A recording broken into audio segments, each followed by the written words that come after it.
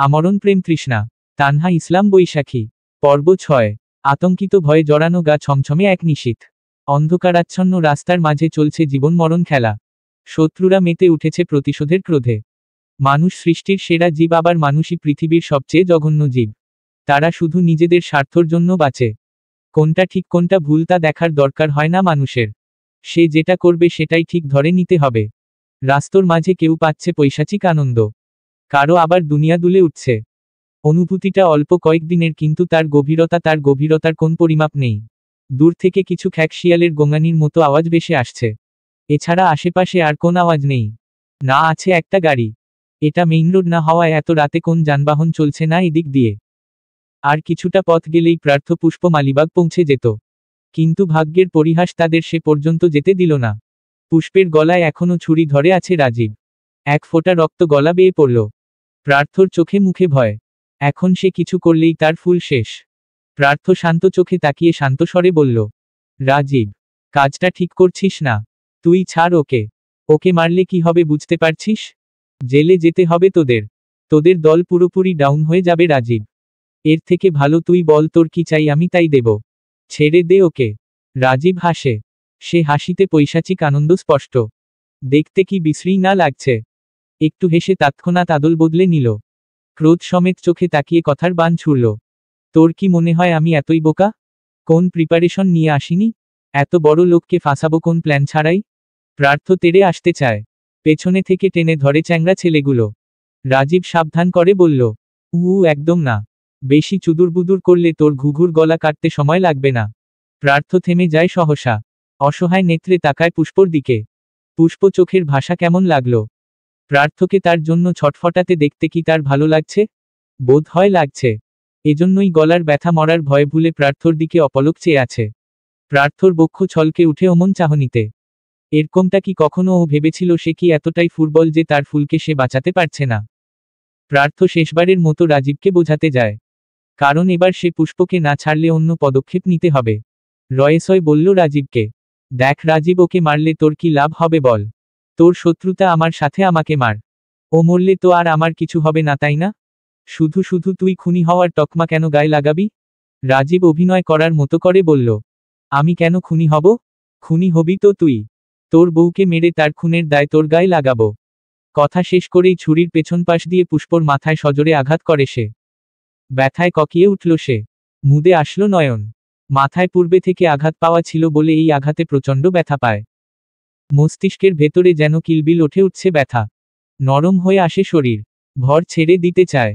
প্রার্থ রাজীব ছেড়ে দে বলে হুঙ্কার দিতেই তার মাথাও আঘাত পড়ল। লোহার রড দিয়ে মাথার পেছনে আঘাত করাই নিমিষেই ঝাপসা হয়ে এলো চারপাশ।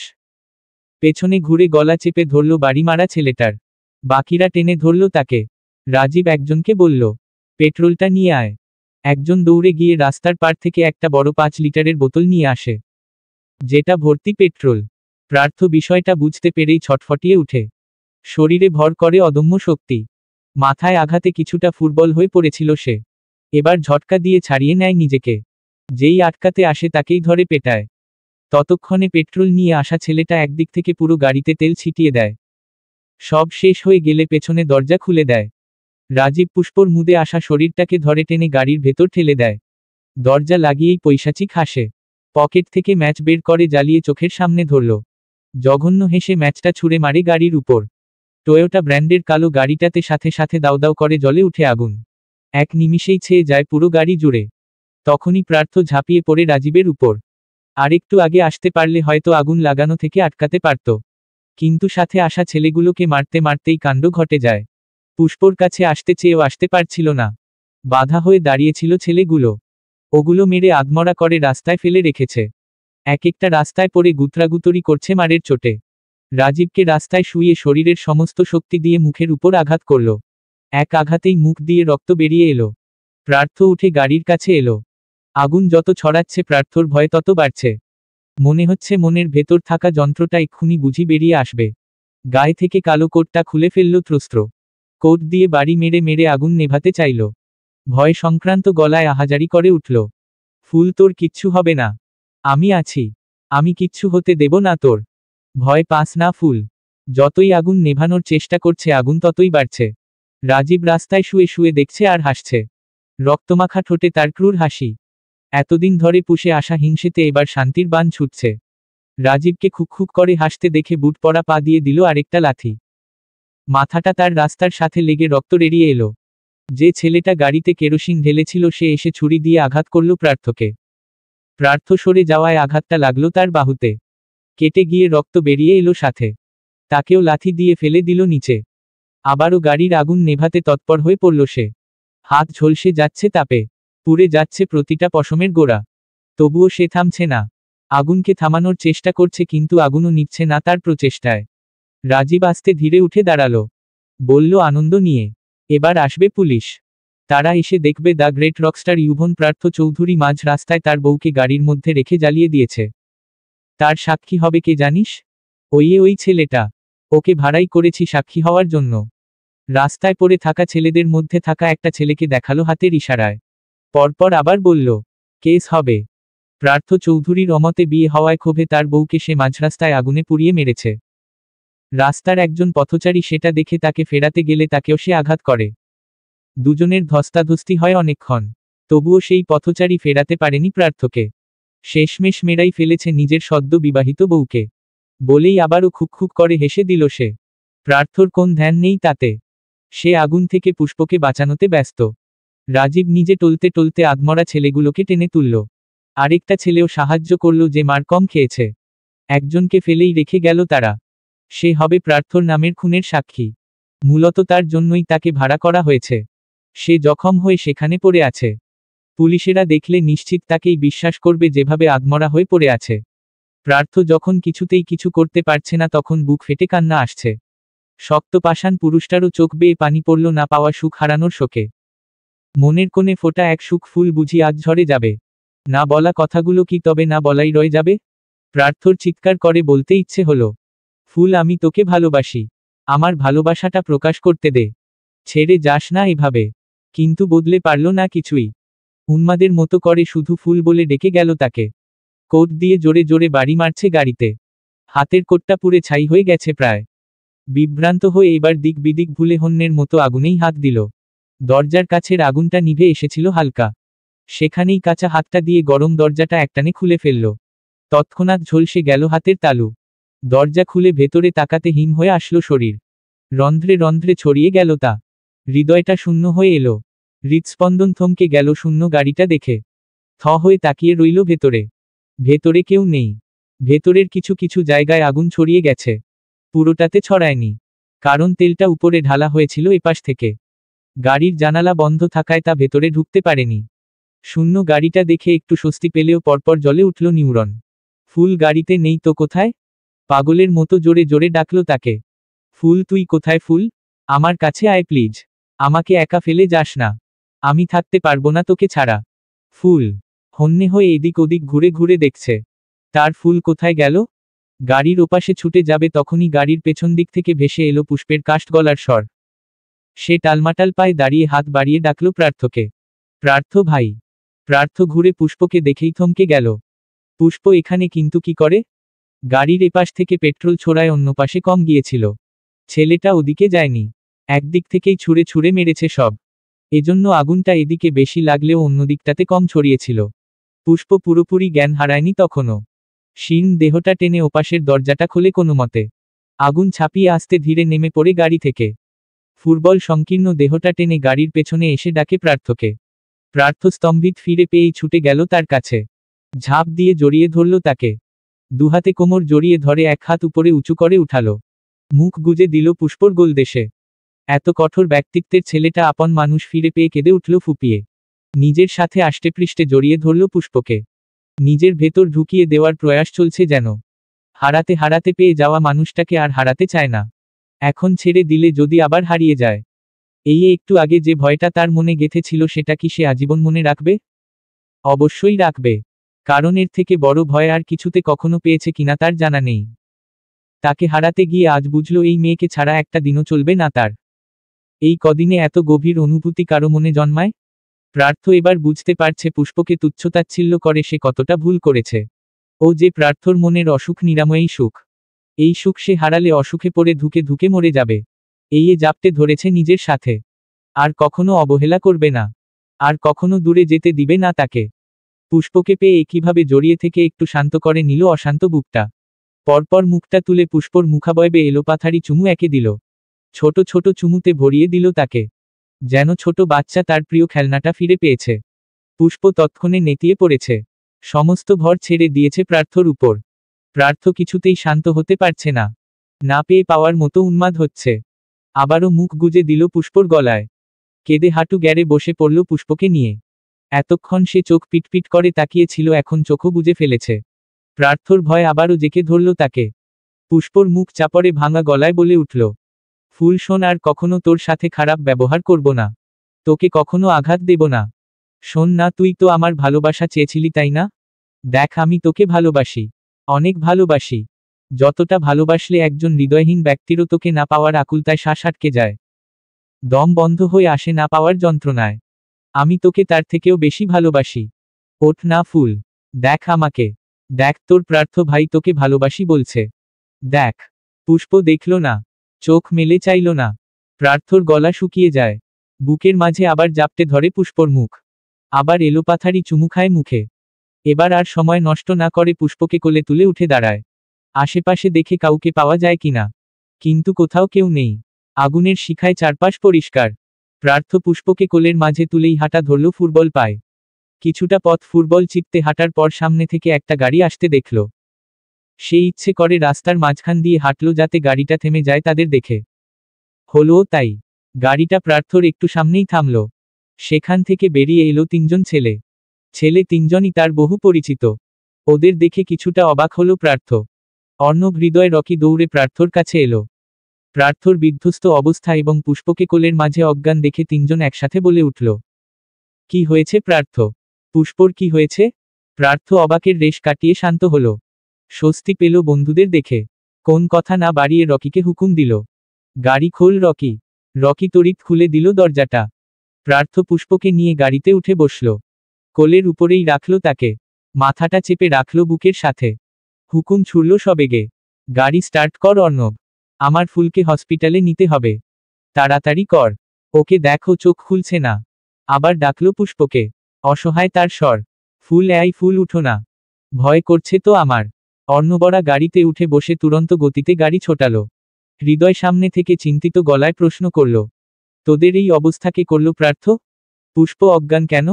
ও আমাদের মেসেজ করে শুধু বলল তোরা বিপদে আসিস, কেউ তোকে মারছে। প্রার্থ পুষ্পর থেকে চোখ তুলে হৃদয়ের দিকে তাকালো। চোখ লাল হয়ে আছে, নাক লাল হয়ে আছে, চোখে স্পষ্ট জলের আভাস। সে যে অশ্রুবিসর্জন দিয়েছে তা ঢের বোঝা যাচ্ছে। চোখ মুখের বিধ্বস্ত অবস্থা দেখে কেউ আর চুপ থাকতে পারছে না। প্রার্থ খানিক অবাক হয়ে বলল, ও তোদের মেসেজ দিয়েছিল? অর্ণব ড্রাইভ করতে করতে বলল, হ্যাঁ, প্রথমে কল দিয়েছিল, আমি খেয়াল করিনি। এরপর মেসেজ দিয়ে রেখেছিল ছোট করে, তারপরও খেয়াল করিনি। রকিদের বাড়ির সামনে এসে থেমে ফোন হাতে নিয়ে দেখি পুষ্পর মেসেজ। ও বলছে, ভাইয়া আপনারা কোথায় আছেন? অনেকগুলো ছেলে মাঝরাস্তায় আমাদের আটকে রেখেছে, প্রার্থ ভাইকে মারছে, প্লিজ মালিবাগের রোডে আসুন আপনারা, আমার ভয় হচ্ছে। ব্যাস এতটুকুই মেসেজ ছিল। মেসেজের কথাটা বললে রকি আবার বলল, মেসেজটা পেয়ে আর নামিনি, গাড়ি ছুটিয়েই এই রোডে এসেছি। কিন্তু কারা এছিল? তোদের মারল কেন? পুষ্প ভাবির কোথায় আঘাত লেগেছে? প্রার্থ পুষ্পর গালে মুখ ডোবালো, নরম ত্বকের মাঝে ডুবে গেল যেন। পুষ্পর মুখে মুখ রেখেই বলল, পরে বলবো, আগে আমার ফুলকে বাঁচা রকি, ওকে ছাড়া আমি শূন্য। আমার ফুল একবার আমার কাছে ফিরে আসুক, ওই কুত্তার বাচ্চাদের একটাকেও ছাড়ব না আমি। প্রার্থ মুখ তুলল, প্রথমে শান্ত থাকলেও আচমকাই চোখ মুখে ফুটে উঠল ক্রোধ। ফুলকির ন্যায় জলে উঠল কালো মনির চোখ দুটো। চোখটা আবার ফেরালো পুষ্পর বিবর্ণ মুখটাতে। দপ করে নিভে গেল জলে উঠা শিখা। সেখানে আবার হানা দিল অসহায়ত্ব। পুষ্পর বিবশ মুখে হাত বুলিয়ে দিল সযত্নে। চেয়ে রইল অপলক দৃষ্টিতে। সামনের ভিউ মিরর দিয়ে সব দেখে গেল অর্ণব। অর্ণবের বুঝতে বাকি নেই প্রার্থর মনের ভাব। একমনে সে ভীষণ খুশি হল। অন্যদিকে কোথাও একটু খারাপ লাগা কাজ করল। একটু না, হয়তো একটুর বেশি খারাপ লাগলো কোথাও। তবে সে এগুলো পাত্তা দিল না। ও যা চেয়েছে তাই তো হয়েছে। খারাপ লাগা দূরে সরিয়ে ভালো লাগাকে প্রশ্রয় দিল। গাড়ি চালালো আরো দ্রুত, যেন দ্রুত হসপিটালে পৌঁছাতে পারে। নতুন সূর্যোদয়। পূব আকাশের একফালি সূর্যরশ্মি জানালা গলিয়ে প্রবেশ করেছে হসপিটালের কেবিনে। তাতে খুব একটা তেজ নেই। সবে সকাল হলো। সূর্য তার প্রখরতা ছড়ায়নি পুরোপুরি। কেবিনে দুজন মানবীর তপ্ত শ্বাসের আওয়াজ ছাড়া আর কোন আওয়াজ পাওয়া যাচ্ছে না। ছোট কেবিনের নরম বেডের উপর অবচেতন অবস্থায় শুয়ে আছে পুষ্প। সফেদ কোমল মুখটা ফ্যাকাশে হয়ে আছে। তবে নাকের ডগাটায় এখনো লাল হয়ে আছে। কাপড়টা শুভ্র রঙের ব্যান্ডেজ দিয়ে ঢাকা। হাতের কিছু কিছু জায়গায় পোড়া দাগ। সেখানে মলম লাগিয়ে দেওয়া হয়েছে, ব্যান্ডেজের প্রয়োজন পড়েনি। প্রার্থ নিজের ব্যান্ডের করা হাত দুটো দিয়ে পুষ্পর কোমল হাতটা আলতো করে চেপে ধরে আছে। বেডের সাথে ঘেঁষে একটা টুলের উপর বসে আছে সে। ঝুঁকে আছে পুষ্পর মুখের উপর। সূর্য তখনও উঠেনি, সেই তখন থেকেই সে কিভাবে বসে আছে। কোন নড়চড় নেই। কেমন কেমন চোখে দেখছে তার ফুলকে। যে চোখে ঘৃণা প্রতিহিংসা ছাড়া কিছুই ছিল না, সে চোখে আজ কত মায়া, কতটা ভালোবাসা। পুষ্প তবে ঠিকই বলেছিল, ঘৃণা থেকেই প্রেম জন্মায়, অবহেলা থেকেও ভালোবাসা জন্মায়। সেই কখন থেকে একদৃষ্টিতে তাকিয়ে। তার কি চোখের ক্লান্তিও নেই? ভালোবাসলে মানুষ কি ক্লান্ত হয় না? ক্লান্ত হবে কি করে? তার ভালোবাসার মানুষের মুখে যে এত মায়া, সেটা কি সে আগে জানত? এত মায়াভরা চোখ মুখে তাকিয়ে থাকতে কি কারো ক্লান্তি লাগে? আগে যে কেন এত মায়াময়ী লাগতো না? এখন আফসোস হচ্ছে প্রার্থর। আগে থেকেই এমন লাগলে কি একটু বেশিই উপভোগ করতে পারত না? প্রার্থর হাতের তালুটা ঝলসে গেছে। ডাক্তাররা চেক আপ করে সেখানে ব্যান্ডেজ করে দিয়েছে। হাতের বাহুতে ছুরিকাঘাতের জন্য অনেকটা কেটে গেছে। সেথায়ও সাদা ব্যান্ডেজ জড়ানো। মাথায় আঘাত লাগায় সেখানেও সফেদ কাপড় দিয়ে মোড়ানো হয়েছে। নিজের শরীরের আঘাত তার কাছে আঘাত মনে হচ্ছে না। পুষ্পর শরীরের আঘাত তার ভেতরে বারবার আঘাত হানছে। নিজের পোড়া হাতের মাঝে পুষ্পর ফোসকা পড়া নরম হাতটার দিকে তাকালো এবার। পরম যত্নে নিকোটিনের আনলে পোড়া ঠোঁট দুটো ছুঁয়ে দিল সেথায়। আবেশে বুজে নিল চোখ দুটো। হুট করেই এক ফোঁটা জল টপ করে পড়ল বিছানায়। ছেলেটার মনে হয় আজ চোখের বাঁধ ভেঙেছে। ছোট ছোট বিষয়ও কেমন করে পড়ছে। ছেলেদের কি এরূপে মানায়? সে চোখ খুলে আবার পুষ্পর মুখে তাকালো। হাতটা মুঠোয় পুরে ঠেকিয়ে রাখল তার গালে সাথে। মায়া মায়া চোখে তাকিয়ে কণ্ঠ খাদে নামিয়ে বলল, ফুল কেন পোড়াচ্ছিস? চোখটা খোল না। আমাকে একটু দেখ। তোর ডাগর নয়ন দুটো আমাকে দেখছে না কেন? তোর চোখে আমি আমাকে দেখতে চাই ফুল। আর পোড়াস না আমাকে। তোর বিরহে শক্ত নিরেট পুরুষটার বুকে ঝড় বইছে। বুঝতে পারছিস না কেন? প্রার্থর আকুতি শুনল না সে। বুঝতে পারল না তার শখের পুরুষের মনে তার জন্য কতটা জায়গা তৈরি হয়েছে। তার কষ্ট সার্থক হয়েছে। বোকা ফুল কিছুই জানতে পারল না। এমন সময় দরজা ঠেলে ভেতরে প্রবেশ করল কেউ। দরজার শব্দ পেয়েও প্রার্থ নড়ল না। তাকিয়ে রইল একধ্যানে। সে জানে কক্ষে এখন কারা প্রবেশ করেছে। অর্ণব, হৃদয়, রকি তিনজন শান্ত পায়েই ভেতরে প্রবেশ করল। অর্ণবের চোখ গিয়ে আটকালো দুজনের হাতের মাঝে। কি সুন্দর করে পুষ্পর হাতটা ধরে আছে প্রার্থ। মনের শোকে একটু হাসল সে। এগিয়ে এসে স্বাভাবিক ভঙ্গিতে ডাকল প্রার্থকে। প্রার্থ। প্রার্থ আলগোছে পুষ্পর হাতটা নামালো বেডে। শটান করল পিঠ। এতক্ষণ ধরে নরম থাকা মানুষটা আগের ন্যায় গুরুগম্ভীর হয়ে উঠল। স্ফুলিঙ্গের ন্যায় বাক্য ছুড়ল। পেয়েছিস? হৃদয় বলল, হ্যাঁ। মগবাজারে ওদের একটা আড্ডাখানা আছে, সেখানেই আছে। আবারও ভেসে এলো পুরুষালী নিরেট কণ্ঠস্বর। সঠিক খবর নিয়েছিস তো? রকি এগিয়ে এলো। ঠিক মানে একেবারে কারেক্ট খবর। শরীফুলকে দিয়ে ট্র্যাক করেছি। ব্যাটা বলল ওরা ভোর 4টা থেকে ওইখানেই আছে। এখন ওর কথা রাখো। বাইরে তো পুলিশ আসছে। কি বলবি? আসছে ওনারা? আমরা আসার সময় ওদের রিসিপশনে দেখে আসছি। ঠিক আছে, টেনশন নিস না। ওরা কোথায় আছে পুলিশকে জানানোর প্রয়োজন নেই। পুলিশকে আমি দেখছি। অর্ণব আটকালো প্রার্থকে। সন্দিহান গলায় বলল, প্রয়োজন নেই মানে? কি বলছিস তুই? ওরা অপরাধী, ওদের পুলিশ ধরবে না? প্রার্থর শান্ত স্বর। আগে আমি ধরব, এরপর পুলিশ। প্রার্থ বসা থেকে উঠে দাঁড়ালো। পুষ্পর উপর ঝুঁকে পড়ল খানিক। পুরু ঠোঁট বাড়িয়ে ছুঁয়ে দিল সাদা ব্যান্ডেজে ঢাকা কপালটা। লম্বা একটা চুম্বন একে উঠে এলো। বন্ধুদের সামনেই চুমু দিয়ে বসল। অথচ তাদের মাঝে কোন পরিবর্তন দেখা গেল না।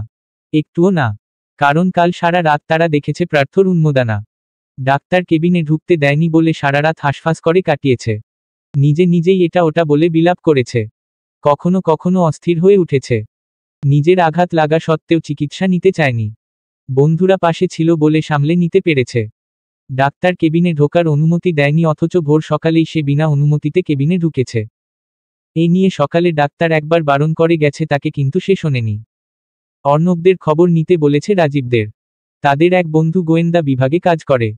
তাকে দিয়ে নাম্বার ট্র্যাক করিয়ে খবর নেওয়া হয়েছে রাজীবের। এখন বোধ হয় পুলিশ এসেছে জিজ্ঞাসাবাদের জন্য। প্রার্থনা পুলিশকে ইনফর্ম করেছে না বাড়িতে কাউকে জানিয়েছে। এখন সে তার চাল চালবে। পুষ্পর মাথায় একটু হাত বুলিয়ে হাঁটা ধরল। আদেশ করে বলল, রকি বাড়িতে ফোন করে জানা সব। যেভাবে জানাতে বলেছি সেভাবেই বলবি। অর্ণবার হৃদয় আমার সাথে চল, পুলিশের ঝামেলা খতম করে রাজীবকেও দেখতে হবে। আর রকি কেউ না আসা পর্যন্ত এখান থেকে কোথাও যাবি না। রকি সম্মতি দেয়, মাথা নাড়ায় উপর নিচ। প্রার্থর ভরসা আছে রকির উপর, এজন্যই একা রেখে যাচ্ছে, নয়তো এখান থেকে নড়তো না। সে হুকুম করেই দুজনকে নিয়ে বেরিয়ে গেল। বাইরে বের হতেই করিডোরে পুলিশের 4 জন সদস্যের সাথে দেখা হলো তাদের। এস পি সাহেব প্রার্থকে দেখেই বললেন, ইউভান প্রার্থ চৌধুরী? প্রার্থর নিখুঁত কণ্ঠ, ইয়েস। আপনার নামে অভিযোগ এসেছে, আপনি আপনার স্ত্রী প্রাপ্তি এহসানা পুষ্পকে মার্ডার করতে চেয়েছিলেন। প্রার্থ হাসল কথাটায়, ঠোঁটের কোণে হাসি বজায় রেখে বলল, তাকে মারার আগে আমার মৃত্যু হোক। নিজের ভালোবাসার মানুষকে কে মারতে চায় বলুন? দেখুন, আমাদের কাছে কমপ্লেইন এসেছে আপনার নামে। আপনি আপনার স্ত্রীকে গাড়ির ভেতর রেখে আগুনে পোড়াতে চেয়েছিলেন। আপনি যাকে মেরে আধমরা করে রেখেছেন তার স্পষ্ট স্বীকারোক্তি, আপনি আপনার স্ত্রীকে খুন করার চেষ্টা করেছিলেন এবং সে দেখে ফেলায় তার গায়েও হাত তুলেন। আগুনে পোড়া গাড়ি এবং ভিকটিম দুটোই আমাদের জিম্মায়। এটুকু দিয়ে কিছুই প্রমাণ হয় না অফিসার। তাকে মারতে চাইলে হসপিটালে আনতাম না অবশ্যই। দেখুন, আমি এখন কিছুই বলবো না এই বিষয়ে, কারণ আমার কথা আপনাদের বিশ্বাস হবেও না। আমার স্ত্রীর জ্ঞান ফিরুক, এরপর তাকেই জিজ্ঞেস করে নিয়েন কি হয়েছিল। পুলিশের সাথে অনেকক্ষণ কথা বলে মিটমাট করল সব, কারণ এইটুকু প্রমাণের ভিত্তিতে কাউকে এরেস্ট করা যাবে না। যেহেতু পুষ্পর কিছু হয়নি, সে হসপিটালে জীবিত অবস্থায় আছে, এখানে ভিকটিমের স্বীকারোক্তিরও প্রয়োজন। পুলিশের সাথে ডাক্তারের কথা হয়েছে আগেই, তারা কথা বলেই এসেছে। এখন একজনকে এখানে দায়িত্বে রেখে তারা যাবে আবার জায়গাটা পর্যবেক্ষণ করতে। প্রার্থ তারা দিয়ে চলে গেছে নিজ গন্তব্যে, বাণিজ্যিক এলাকা মগবাজার। মানুষজন দোকানপাট পেরিয়ে একটা শুনশান মতো জায়গায় এসে থামল অর্ণবের বাইক। তাড়াতাড়ির জন্য বাইকেই চলে এসেছে তারা। পুরান রংচটা একটা একতলা বাড়ি সামনে। প্রার্থ বাইক থেকে নেমে জিজ্ঞেস করল, এটাই তো? অর্ণব শিওর দিয়ে বলল, হুম এটাই। শরীফুল এটার কথাই বলেছে, চল ভেতরে গিয়ে দেখি। আর কথা না বাড়িয়ে পা বাড়ালো তারা। দরজার সামনে এসে টোকা মারল কয়েকবার, তাও কেউ এলো না দরজা খুলতে। প্রার্থ ধৈর্য রেখে আবারও টোকা দিল দরজায়। কিছুক্ষণের মধ্যেই দরজা খুলে দাঁড়ালো একজন ছেলে। দরজা খুলতে দেরি, প্রার্থর শক্তিশালী ঘুষি তার মুখে পড়তে দেরি হলো না। এক ঘাই নাক ফেটে রক্ত বেরিয়ে এলো তার। আবারও ছেলেটার বুক বরাবর লাথি দিয়ে ফেলে দিল নিচে। দাম্ভিক পায়ে 3 জন হেঁটে গেল ভেতরে। ভেতরে ঢালাই বিছানার মাঝে এবড়োখেবড়ো হয়ে শুয়েছিল 8-9 জন ছেলে। হাতে পায়ে মুখে তাদের ব্যান্ডেজ এবং পট্টি লাগানো। দেখে মনে হচ্ছে নিজেরাই নিজেদের চিকিৎসা করেছে। সবাই ক্লান্ত হয়ে ঘুমাচ্ছিল বোধ হয়। সেখানে প্রার্থ মারার শব্দে আর ছেলেটার চিল্লানোর শব্দে সজাগ হলো সকলে। রাজীব শুয়েছিল, ধরফরিয়ে উঠে বসল, চোখে তার ভয় এবং অবিশ্বাস। সাইডে একটা টেবিল রাখা, তার উপর 2টো গিটার, মদের বোতল এবং কাল রাতে তাদের নেওয়া অস্ত্রপাতিও রাখা কতগুলো। সেখান থেকে একটা মদের বোতল তুলে নিয়ে রাজীবের সামনে গেল। রাজীব ভয়ে ভয়ে তুতলিয়ে বলল, প্রার্থ তুই তোরা ঠিক আছিস? প্রার্থ হাসল, বক্র হাসিতে ছেয়ে গেল ঠোঁটের কোণ। তোর কি মনে হয় তোর মতো মানুষ আমাকে, আমার ফুলকে মারতে পারবে? এত সহজ? তোর ওই পাতি বুদ্ধি দিয়ে আমাকে ফাঁসাবি? হাস্যকর, ওটা কোন প্ল্যান হলো? 2 টাকার সস্তা বুদ্ধি দিয়ে আমাকে ফাঁসাতে চেয়েছিলি? তোর বুদ্ধির উপর ধিক্কার জানাই। কথা শেষেই রাজীবের মাথায় সজোরে আঘাত করল। কাঁচ ভেঙে মাথায় ঢুকে রক্ত বেরিয়ে এলো। সে রক্ত অ্যালকোহলের সাথে মিশে ধুয়ে নিচে পড়ে গেল। রাজীব মাথা ধরে আর্তনাদ করে উঠে। বাকিরা অসুস্থ শরীর নিয়েই উঠে যায়। হৃদয় দরজা বন্ধ করে দেয় তৎক্ষণাৎ। অর্ণবার সে মিলে বাকি মার খাওয়া ছেলেগুলোকে আরেক দফা মারতে থাকে। প্রার্থ এগিয়ে গিয়ে বসে রাজীবের সামনে। অ্যালকোহলে ভেজা চুল হাতের মুঠোয় শক্ত করে টেনে ধরে। এক হাতে নাকে আঙুল ঘষে নাটক করে বলে উঠে, উফাফ রাজীব রাজীব রাজীব, ঈশ্বর তোর কাছে কত আকুতি না করেছে এই প্রার্থ চৌধুরী। ছ্যাহ, শেষে কিনা তোর কাছে আমাকে আকুতি মিনতি করতে হলো। বুঝতে পারছিস তুই কোথায় হাত দিয়েছিস? যা, তুই কি করে বুঝবি? আমি তো নিজেই বুঝতে পারিনি ও আমার কি, কিন্তু তুই কাজটা ঠিক করিসনি বুঝলি। তোকে এখন ভুগতে হবে। চুলের মুঠি ধরেই মুখের উপর দিল এক ঘা। শক্ত ঘুষির তোপে নেতিয়ে পড়ল ছেলেটা। প্রার্থ উঠে গিয়ে সেই টেবিলের উপর থেকে একটা ছুরি হাতে নিল। আবার এসে বসল রাজীবের সামনে। রাজীবের ঘাড় ধরে সোজা করল তাকে। ছুরি দেখিয়ে বলল, এটা দিয়ে আঘাত করেছিলি না? কোথায় আঘাত করেছিস এখন উপলব্ধি করতে পারছিস? এখানে আঘাত করেছিস তুই, কুতোত্তার বাচ্চা। নিজের বুকের উপর আঙ্গুল ঠেকিয়ে বোঝালো সে কোথায় আঘাত করেছে। কথাটা শেষ হতেই দক্ষ হাতে ছুরি চালালো রাজীবের বুক বরাবর। আড়াআড়ি ভাবে কেটে গেল বুকের ফোলা অংশ। তৎক্ষণাৎ ফিনকি দিয়ে রক্ত বেরিয়ে এলো। ব্যথায় চিৎকার করে উঠল রাজীব। প্রার্থ তার মুখ চেপে ধরল। দাঁতে দাঁত পিষে কটমটিয়ে বলে উঠল, চুপপ, এটুকু ব্যথা কিছুই না। এটুকু সহ্য করে নে। আঘাতের ব্যবস্থা তো তোর জন্য পার্মানেন্ট ভাবে করছি। তখন চিৎকার করে নিস। রাজীব কেঁদে দুহাত জড়ো করল প্রার্থর সামনে। মাফ চেয়ে কাঁদো গলায় বলল, ছেড়ে দে প্রার্থ, আর কখনো এমন করব না। আরে ধুর, তোকে কখনো সুযোগ দিলে তো তুই কিছু করবি। দেখ ভাই, আমি হচ্ছি একেবারে ইনোসেন্ট একটা বয়। আমি কিন্তু খুব সহজে ঝামেলায় জড়াই না। কিন্তু এই বিষয়টা ভিন্ন। আমি ভালোর ভালো, খারাপের খারাপ। এতদিন তো ভালো দিকটা দেখলি, এখন আমার খারাপ দিকটা একটু দেখ। ট্রাস্ট মি ভাই, ভীষণ মজা পাবি। ছুরিটা আবার গলায় ধরল। কিছু মনে করার ভান করে বলল, হুমম, এখানে ধরেছিলি না এটা? রক্তও বের করেছিস? কত সাহস তোর! ভাবা যায়? ভাবা যায় বল? দাঁতে দাঁত পিষে পিষে বলল কথাটুকু। সাথে ছুরিটা প্রখরভাবে চেপে ধরল গলায়। কেটে রক্ত বেরিয়েও এলো সেখান থেকে। কিন্তু পুরোপুরি ঢুকিয়ে দিল না। রক্ত বেরিয়ে আসা পর্যন্তই। সে আবার উঠে পড়ল। ছুরিটা দূরে ফেলে বুট পরা পা দিয়ে লাথি দিল রাজীবকে। মুখ থুবড়ে বিছানার উপর পড়ল রাজীব। প্রার্থ তাকে ধরে সোজা করে উঠালো। এলোপাথারি কতগুলো ঘুষি লাগালো। হৃদয় অর্ণব বাকিগুলোকে ততক্ষণে একেবারে শুইয়ে দিয়েছে। তারা প্রার্থর কাছে এসে পেছনে থেকে ঝাপটে ধরল প্রার্থকে। অর্ণব বলল, থামো প্রার্থ, মরে যাবে। বাকিটা পুলিশ দেখে নিবে। আমাদের জন্য এটুকুই যথেষ্ট। প্রার্থকে টেনে হিঁচড়ে সরিয়ে আনলো রাজীবের কাছ থেকে। সে জোরে জোরে শ্বাস নিচ্ছে। রাগ কন্ট্রোল করা মুশকিল হয়ে যাচ্ছে। রাগে হিসহিস করছে। হৃদয় অর্ণবের থেকে নিজেকে ছাড়িয়ে নিল প্রার্থ। কপালে এসে পড়া চুলগুলো দুহাতে ঠেলে দিল পিছনে। দু চোখ বন্ধ করে রাগ সংযম করল। দুপাশে ঘাড় নাড়ল। মটমট করে উঠল সেখানে। রাজীবের হাল খারাপ। মুখ দিয়ে রক্ত বেরিয়ে এসেছে। বিছানায় শুয়ে কাতরাচ্ছে। প্রার্থ আবার ওকে বলল, একটু পর তোর মামার বাড়ি থেকে লোক আসবে তোকে জেলে নিতে। বল, কি বলবি তাদের? রাজীব কথা বলতে পারছে না। প্রার্থর দেরি সহ্য হচ্ছে না। সে তার কলার মুঠোয় ধরে সোজা করল তাকে। ভরা গলায় হুঙ্কার ছুড়ল, বল, কি বলবি? রাজীব ভয় পেয়ে যায়। সংকীর্ণ গলায় অস্ফুটে বলে উঠে, বলবো সব দোষ আমার। আমাদের। আমরা করেছি সব। প্রার্থ মানল না। কড়া গলায় বলল, উহুম, এটুকু না, পুরোটা বল। কি করে কি করেছিস? সব বল। শুরু থেকে। নে শুরু কর, সময় কম। আমাকে ফিরতে হবে। ভালোই ভালোই সব বললে শাস্তি কম করে দিব, কিন্তু একটা কথাও যদি মিস যায় তাহলে তোর আর দুনিয়ার আলো বাতাস দেখতে হবে না। সারা জীবন জেলে পচিয়ে মারব। রাজীব বড় বড় শ্বাস ফেলে আতঙ্কিত স্বরে হাঁসফাঁস করে বলে উঠে, বলছি আমার তোদের উপর রাগ হতো প্রচুর। আমাদের পরে এসেই মিউজিকে তোদের নাম ছিল বেশি। তোদের আমি কলেজ লাইফ থেকেই দেখতে পারতাম না। সেই তোদের এত উন্নতি দেখে আমাদের কারোর ভালো লাগেনি। হিংসে হতো। তাই প্রথমবার তোদের কনসার্টে দাঙ্গা বাঁধাই। তখন আমরাই ধরা পড়ে যাই। এরপর তোকে মারার নেশা উঠে আমার। কারণ তোকে মারলে তোদের দল এমনিই কমজোর হয়ে পড়বে। কিন্তু তোকে মারলে আমাদের ধরা পড়ে যাওয়ার সম্ভাবনা ছিল।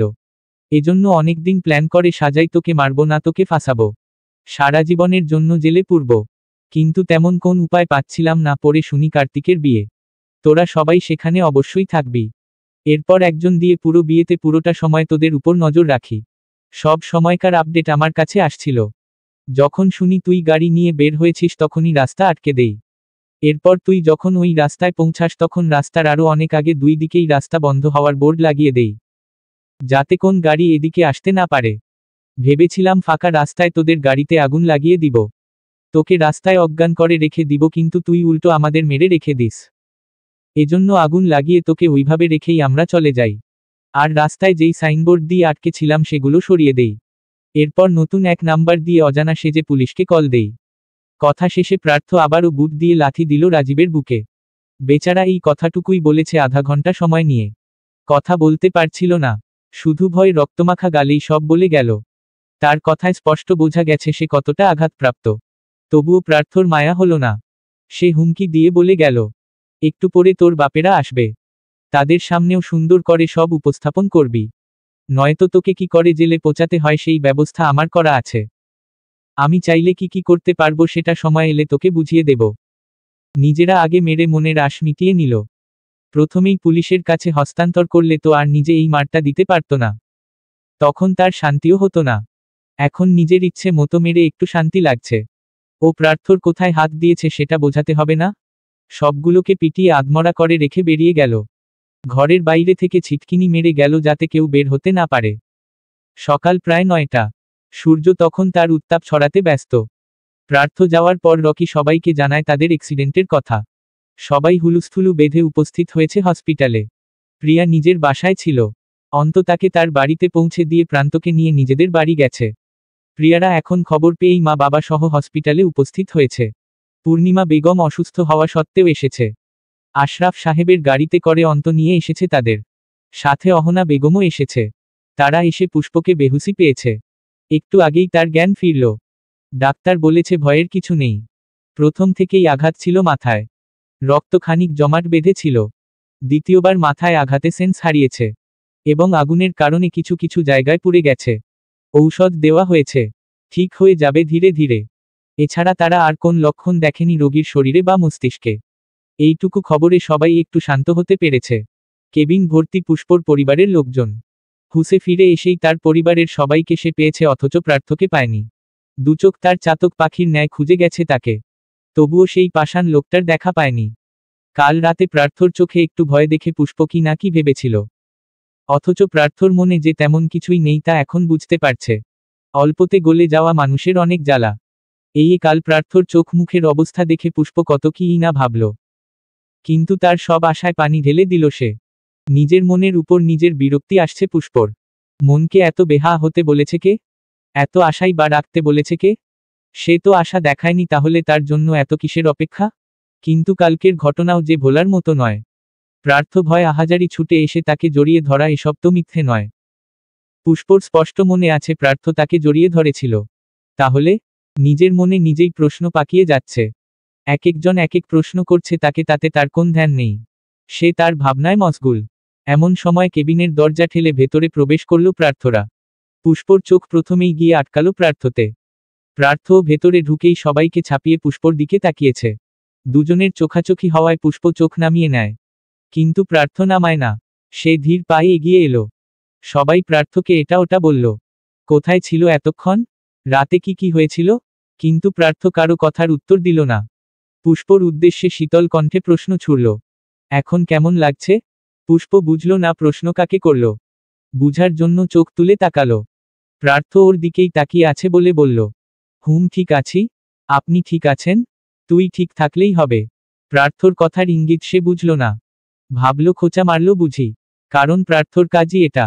কথায় কথায় পুষ্পকে খোঁচা দেওয়া, অপমান করা তার রোজকার রুটিন। পুষ্প রাগে দুঃখে মায়ের উদ্দেশ্যে বলল, আম্মু বাড়ি যাব আমি। বাড়িতে নিয়ে চলো। প্রার্থ ফট করে বলে বসল, কোন বাড়ি? আমাদের বাড়ি।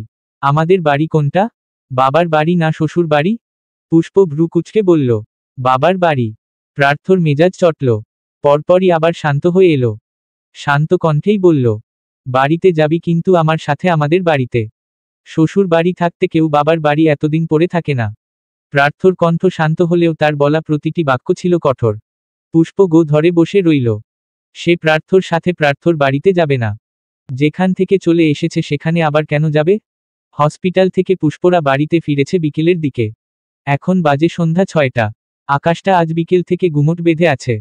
শর্তের আকাশে বুঝি এবার বর্ষণের ডাক দিবে। সারাদিন শুভ্র মেঘেরা আকাশে উড়ো উড়ি করেছে, অথচ বিকেলের পর থেকেই সেখানে কালো মেঘের ঘন ঘটা। চৌধুরী বাড়ির ড্রয়িং রুমে চিন্তিত হয়ে বসে আছেন সকলে। প্রার্থ পুষ্পদের বাড়িতে পৌঁছে দিয়েই গেছে থানায় রাজীবের ম্যাটার ক্লোজ করতে। পুষ্পর জ্ঞান ফেরার পর তাকে জিজ্ঞাসাবাদ করা হয়। তখনই তারা জানতে পারে সব। রাজীবের পুরো দলকেই জেলে দেওয়া হয়েছে। তার আনুষাঙ্গিক কাজ নিপটাতে প্রার্থকেও থানায় যেতে হয়েছে। ওদের একটা পার্মানেন্ট ব্যবস্থা করেই ফিরবে। কিন্তু চিন্তা আরেক জায়গায়। সে গিয়েছে বিকেল 4টার দিকে, এখনো ফেরেনি। এদিকে আকাশের অবস্থাও খুব একটা ভালো না। যখন তখন ঝপঝপিয়ে বৃষ্টির পড়বে। তার উপর আবার নিয়ে গেছে বাইক। বৃষ্টি হলেই ভিজে যাবে। বাড়িতে তাদের গাড়িই ছিল দুটো, একটা আশরাফের আরেকটা প্রার্থর। তারটা তো কাল পুড়েই গেল আগুনে। নিজেদের গাড়ি রাখার গ্যারেজে অনেকদিন যাবৎ তার শখের বাইকটা পড়েছিল, সেটাই বের করেছে এখন। পূর্ণিমা বেগম ছেলেকে বাইক চালাতে দেয় না। একবার বাইক অ্যাক্সিডেন্ট করেছিল। সেই থেকে ভদ্রমহিলার ভয় বাইকে। তিনি কিছুতেই বাইক চালাতে দিবে না। প্রার্থ না পেরে রাজি হয়ে গেছে। কিন্তু বাইকটা শখের ছিল বলে আর বিক্রি করেনি, গ্যারেজেই রেখে দিয়েছিল। এখন প্রয়োজনের সময় কাজে লাগাতে পারছে। অনেকক্ষণ যাবৎ লিভিং রুমে সোফায় বসে আছে পুষ্প। এবার একটু পিঠ এলিয়ে দিতে ইচ্ছে করছে। প্রার্থ জোর করে এ বাড়িতে নিয়ে এলো তাকে। প্রত্যয় সাহেবও মেয়েকে যেতে দিবে বলে পণ নিয়েছিল, কিন্তু প্রার্থর জেদের কাছে হেরে গেছে। সে সবাইকে উপেক্ষা করে পুষ্পকে কোলে করেই নিয়ে বেরিয়ে পড়েছে। কেউ আর আটকাতে পারেনি তখন। পুষ্প হতবিহ্বল চোখে তাকিয়েছিল। তার হাজার চেষ্টায়ও কাজ হয়নি, প্রার্থ তাকে নিয়েই এসেছে। অগত্যা সাথে প্রিয়াকেও আসতে হয়েছে। সে তো আরও আসতে চাইছিল না এ বাড়ি। দুবোনের যেন মুখ উঠে গেছে বাড়ি থেকে, তবুও তাদের আসতে হলো। প্রিয়াকে সবাই জোর করে এখানেই পাঠালো পুষ্পর জন্য। অসুস্থ বোন যেটুকু কাজে লাগে সেটুকুই আসান। মেয়েটার আবার কলেজও খুলে গেছে অনেক আগে, নিজেদের বাড়ি থেকেই কলেজ যেত এতদিন, এবার যে কয়দিন এ বাড়ি থাকবে সেই কদিন এখান থেকেই সব হবে। পুষ্পর পরনে সাদা একটা কামিজ, শাড়ি পরেনি আজ। সে শাশুড়ি মায়ের উদ্দেশ্যে বলল, বড় আম্মু আমি বরং ঘরে যাই, ভালো লাগছে না আর। তুমি চিন্তা করো না, তোমার ছেলে বৃষ্টি হওয়ার আগেই আসবে। তুমিও ঘরে গিয়ে রেস্ট নাও, প্রিয়া দিয়ে আসবে তোমাকে। একটু পর অহনা আন্টি আসলে আবার এসো, এখন ঘরে যাও। তিনি বললেন, ঠিক আছে যাব, তোর ভালো না লাগলে তুই আগে ঘরে যা। প্রিয়া মা বোনকে একটু ঘরে দিয়ে আয়, আমি যেতে পারবো, তবুও ওকে নিয়ে যা। বড় আম্মুর উপর আর কিছু বলল না। প্রিয়াও বসা থেকে উঠে গেল বোনকে ধরতে, যদিও তার হাতে পায়ে কোন চোট নেই ফোস্কা ছাড়া, মাথায় বেশি লেগেছে। তবুও প্রিয়া গেল। প্রার্থ ভাই যাওয়ার আগে বারবার বলে গেছে, তোর বোনের খেয়াল রাখিস। প্রিয়া পুষ্পকে উপরে প্রার্থর রুমে নিয়ে যেতে চায়, কিন্তু পুষ্প আগেই বারণ করে দেয়। প্রার্থর রুম ডিঙিয়ে সে যায় প্রিয়ার রুমে। ওই রুমে সে শুবে না, প্রিয়ার রুমেই থাকবে। প্রিয়া জোর করলেও শুনল না। নাছোড়বান্দা না পেরে হার মেনে নিল প্রিয়া। পুষ্পকে নিজের রুমেই শুইয়ে দিয়ে এলো। এবার নিচে গিয়ে বড়াম্মুকে নিজের রুমে দিয়ে আসতে হবে। এরপর প্রান্তর সাথে আরামে বসে সিনচ্যান দেখবে। সিনচ্যান তার আর প্রান্তর প্রিয় কার্টুন। করিডোর পেরিয়ে কেবলই সিঁড়িতে পা ফেলেছে, অমনি হেঁচকা টান অনুভব করল হাতে। কেউ কুনুই ধরে টেনে নিয়ে যাচ্ছে। অন্ত প্রিয়াকে টেনে বামপাশে করিডোরের মাঝখানে নিয়ে থামল। প্রিয়া নিজের হাতটা ছাড়িয়ে নিয়ে রাগী কণ্ঠে বলল, হাত ধরেছ কেন? ছাড়ো হাত। অন্ত ছাড়ল না। ভোলাভালা ছেলেটার শরীরে জেদ চেপে বসল। হাতের কুনুই আরো শক্ত করে চেপে ধরল।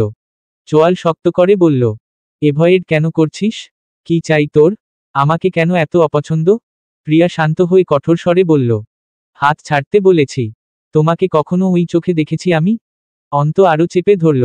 দেখিসনি কেন? আমার আচরণ, আমার কেয়ার, আমার ভালোবাসা চোখে পড়ল না? আমি তো চাই আমাকে ওই চোখে দেখ। তাহলে তোর দেখতে এত সমস্যা কেন? কারণ আমার তোমার মতো ছেলেকে পছন্দ না। তো কার মতো ছেলে পছন্দ তোর? হৃদয়ের মতো? হুম। ওর মতো কুল হ্যান্ডসাম, তোর থেকে বয়সে দ্বিগুণ প্লেবয় ছেলে পছন্দ? ঠিক আছে, আমিও প্লে বয় হব। দিনে 10টা মেয়ে বদলাবো, তারপর পছন্দ করবি আমাকে? প্রিয়া হাতে প্রচুর ব্যথা অনুভব করছে। অন্তর আচানক ক্ষিপ্রতায় সে হতবাক। হাতটাও এত জোরে ধরেছে। চোখে জল চলে এসেছে ব্যথায়। চোখের কোটরে জমা জল নিয়ে অন্তর চোখে তাকালো। বলল, ছাড়ো প্লিজ, ব্যথা পাচ্ছি। অন্তপ্রিয়ার চোখে তাকাতে তার কোটর জমা জল এসে বুকে লাগলো। তার জন্য বুঝি তার অন্তপ্রিয়া ব্যথা পেল। সাথে সাথে রাগ ঢাক গিলে নিল। ছেড়ে দিল প্রিয়ার হাত। হাত ছাড়া পেয়ে প্রিয়া আবার জ্বলে উঠল। রাগত্ব স্বরে বলল, তোমার বয়স কত বলো তো? 20। আর আমার বয়স 17। মাত্র 3 বছরের বড় তুমি আমার। আমার এত কম এজের ছেলে পছন্দ নয়। হ্যাঁ, আমার পছন্দ হৃদয় ভাইয়ের মতো ছেলে। তবে তাকে এখন আর পছন্দ নয়। সে অন্য কারো। আমি আর কাউকে মন দেব না। ওইটুকুনি মন আমার, ওটা ভবিষ্যৎ জামাইয়ের জন্য রেখে দেব। অন্ত অকপটে বলে দিল, ওইটাও আমিই হব। জামাই হওয়ার পর দেওয়ার চেয়ে ভালো এখনই দিয়ে দে, তাতে আমার কষ্টটা যদি একটু কমে। প্রিয়া বিরক্ত হলো প্রচুর। চোখ মুখ কুঞ্চিত করে বলল, আশ্চর্য তো, এই তোমার বয়স কত? মাত্র 20 বছরের একটা ছেলে হয়ে তুমি আমার পেছনে এভাবে পড়ে আছো। তোমার বিয়ের বয়স হয়েছে? আমি কি বলেছি এখনই বিয়ে করব? যেভাবে আমার মনটা নিয়ে রেখেছিস সেভাবে তোর মনটাও আমার কাছে থাকলেই চলবে আপাতত। কখনোই না। তুমি এসব আবেগের বসে বলছো, বুঝেছ? তোমার বয়স তো অল্প, এজন্য এগুলো বুঝো না। তুমি তো পুষ্প আপুরও 5 মাসের ছোট। তোমাকে কি করে? না না, কখনোই না। বয়স কম আমার না তোর। ভালোবাসা আবেগ বোঝার ক্ষমতা আছে আমার।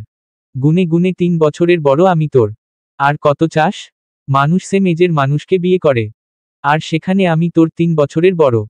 তো সমস্যা কোথায়? সমস্যা আছে, আমার তোমাকে পছন্দ না। তোমার আমার মাঝে এমন সম্পর্ক গড়ে ওঠা সম্ভব নয়। ভুলে যাও আমাকে। অন্তর্প্রেমিক সত্তা নড়ে উঠল, নরম হয়ে আসলো সে। যে মেয়েকে একদিন না দেখলে 10 দিন ঘুম হয় না, তাকে সে কোনোদিন পাবে না, সে অন্য কারো বউ হয়ে যাবে একদিন। ভাবলেই অন্তরাত্মা শুকিয়ে যায়। সে 2 কদম এগিয়ে যায় প্রিয়ার দিকে। প্রিয়া এক হাত ধরে নিজের মুঠোয় পুরে নিভু নিভু কণ্ঠে বলে, ভালোবাসি প্রিয়া। কেন বুঝিস না? তুই ছাড়া ভেতরটা শূন্য প্রিয়া। 2 বছর ধরে তোকে বুকে আগলে রেখেছি, সেখানে এভাবে দগ্ধ করে যাস না প্লিজ। প্রিয়ার চোখ অন্তর চোখে, সে চোখে যেন কত কষ্ট লুকিয়ে। সব কষ্ট প্রিয়াকে না পাওয়া নিয়ে। চোখে তার আকুতি প্রিয়াকে নিজের করার। প্রিয়া সে চোখে বেশিক্ষণ সময় তাকিয়ে থাকতে পারল না। শীতল হয়ে আসলো শরীর, কানে বাজলো অন্তর, ভালোবাসি প্রিয়া কথাটা। গায়ে কাটা দিল আবার। প্রিয়া চোখ সরিয়ে শান্তভাবে বলল, হাত ছাড়ো। অন্ত তাও ছাড়ল না, নিজের মতো করে আবারও বলল, সবাই তোকে প্রিয় বলে ডাকে। আমি প্রিয়া কেন ডাকি জানিস? কারণ তুই আমার প্রিয়া। আমার অন্তপ্রিয়া, অন্তরের বিশেষ জায়গায় তোকে রেখেছি, যেখানে কখনো কেউ জায়গা করতে পারবে না। কি করলে তুই আমাকে বুঝবি? কি করলে আমার ভালোবাসা বুঝবি?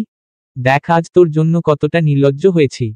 তোকে ভালোবাসি বলতে একবারও দ্বিধাবোধ করছি না। তোর প্রত্যাখ্যানেও ফিরে যাচ্ছি না, ছুটে তোর কাছেই আসছি। আর কত নির্লজ্জ হতে বলছিস? কি করতে হবে তোকে পাওয়ার জন্য বল, আমি তাই করব। অন্তর চোখে আকুতি, কণ্ঠে ব্যাকুলতা। প্রিয়ার বুক মুচড়ে উঠল হঠাৎ। এখানে আর দাঁড়িয়ে থাকা সম্ভব নয়। অন্তর থেকে হাতটা ছুটিয়েই দৌড়ে চলে গেল। অন্ত অসহায় চোখে দেখে গেল তার প্রস্থান। মনে মনে ভাবল, একটু বেশিই তাড়াহুড়ো করল না তো?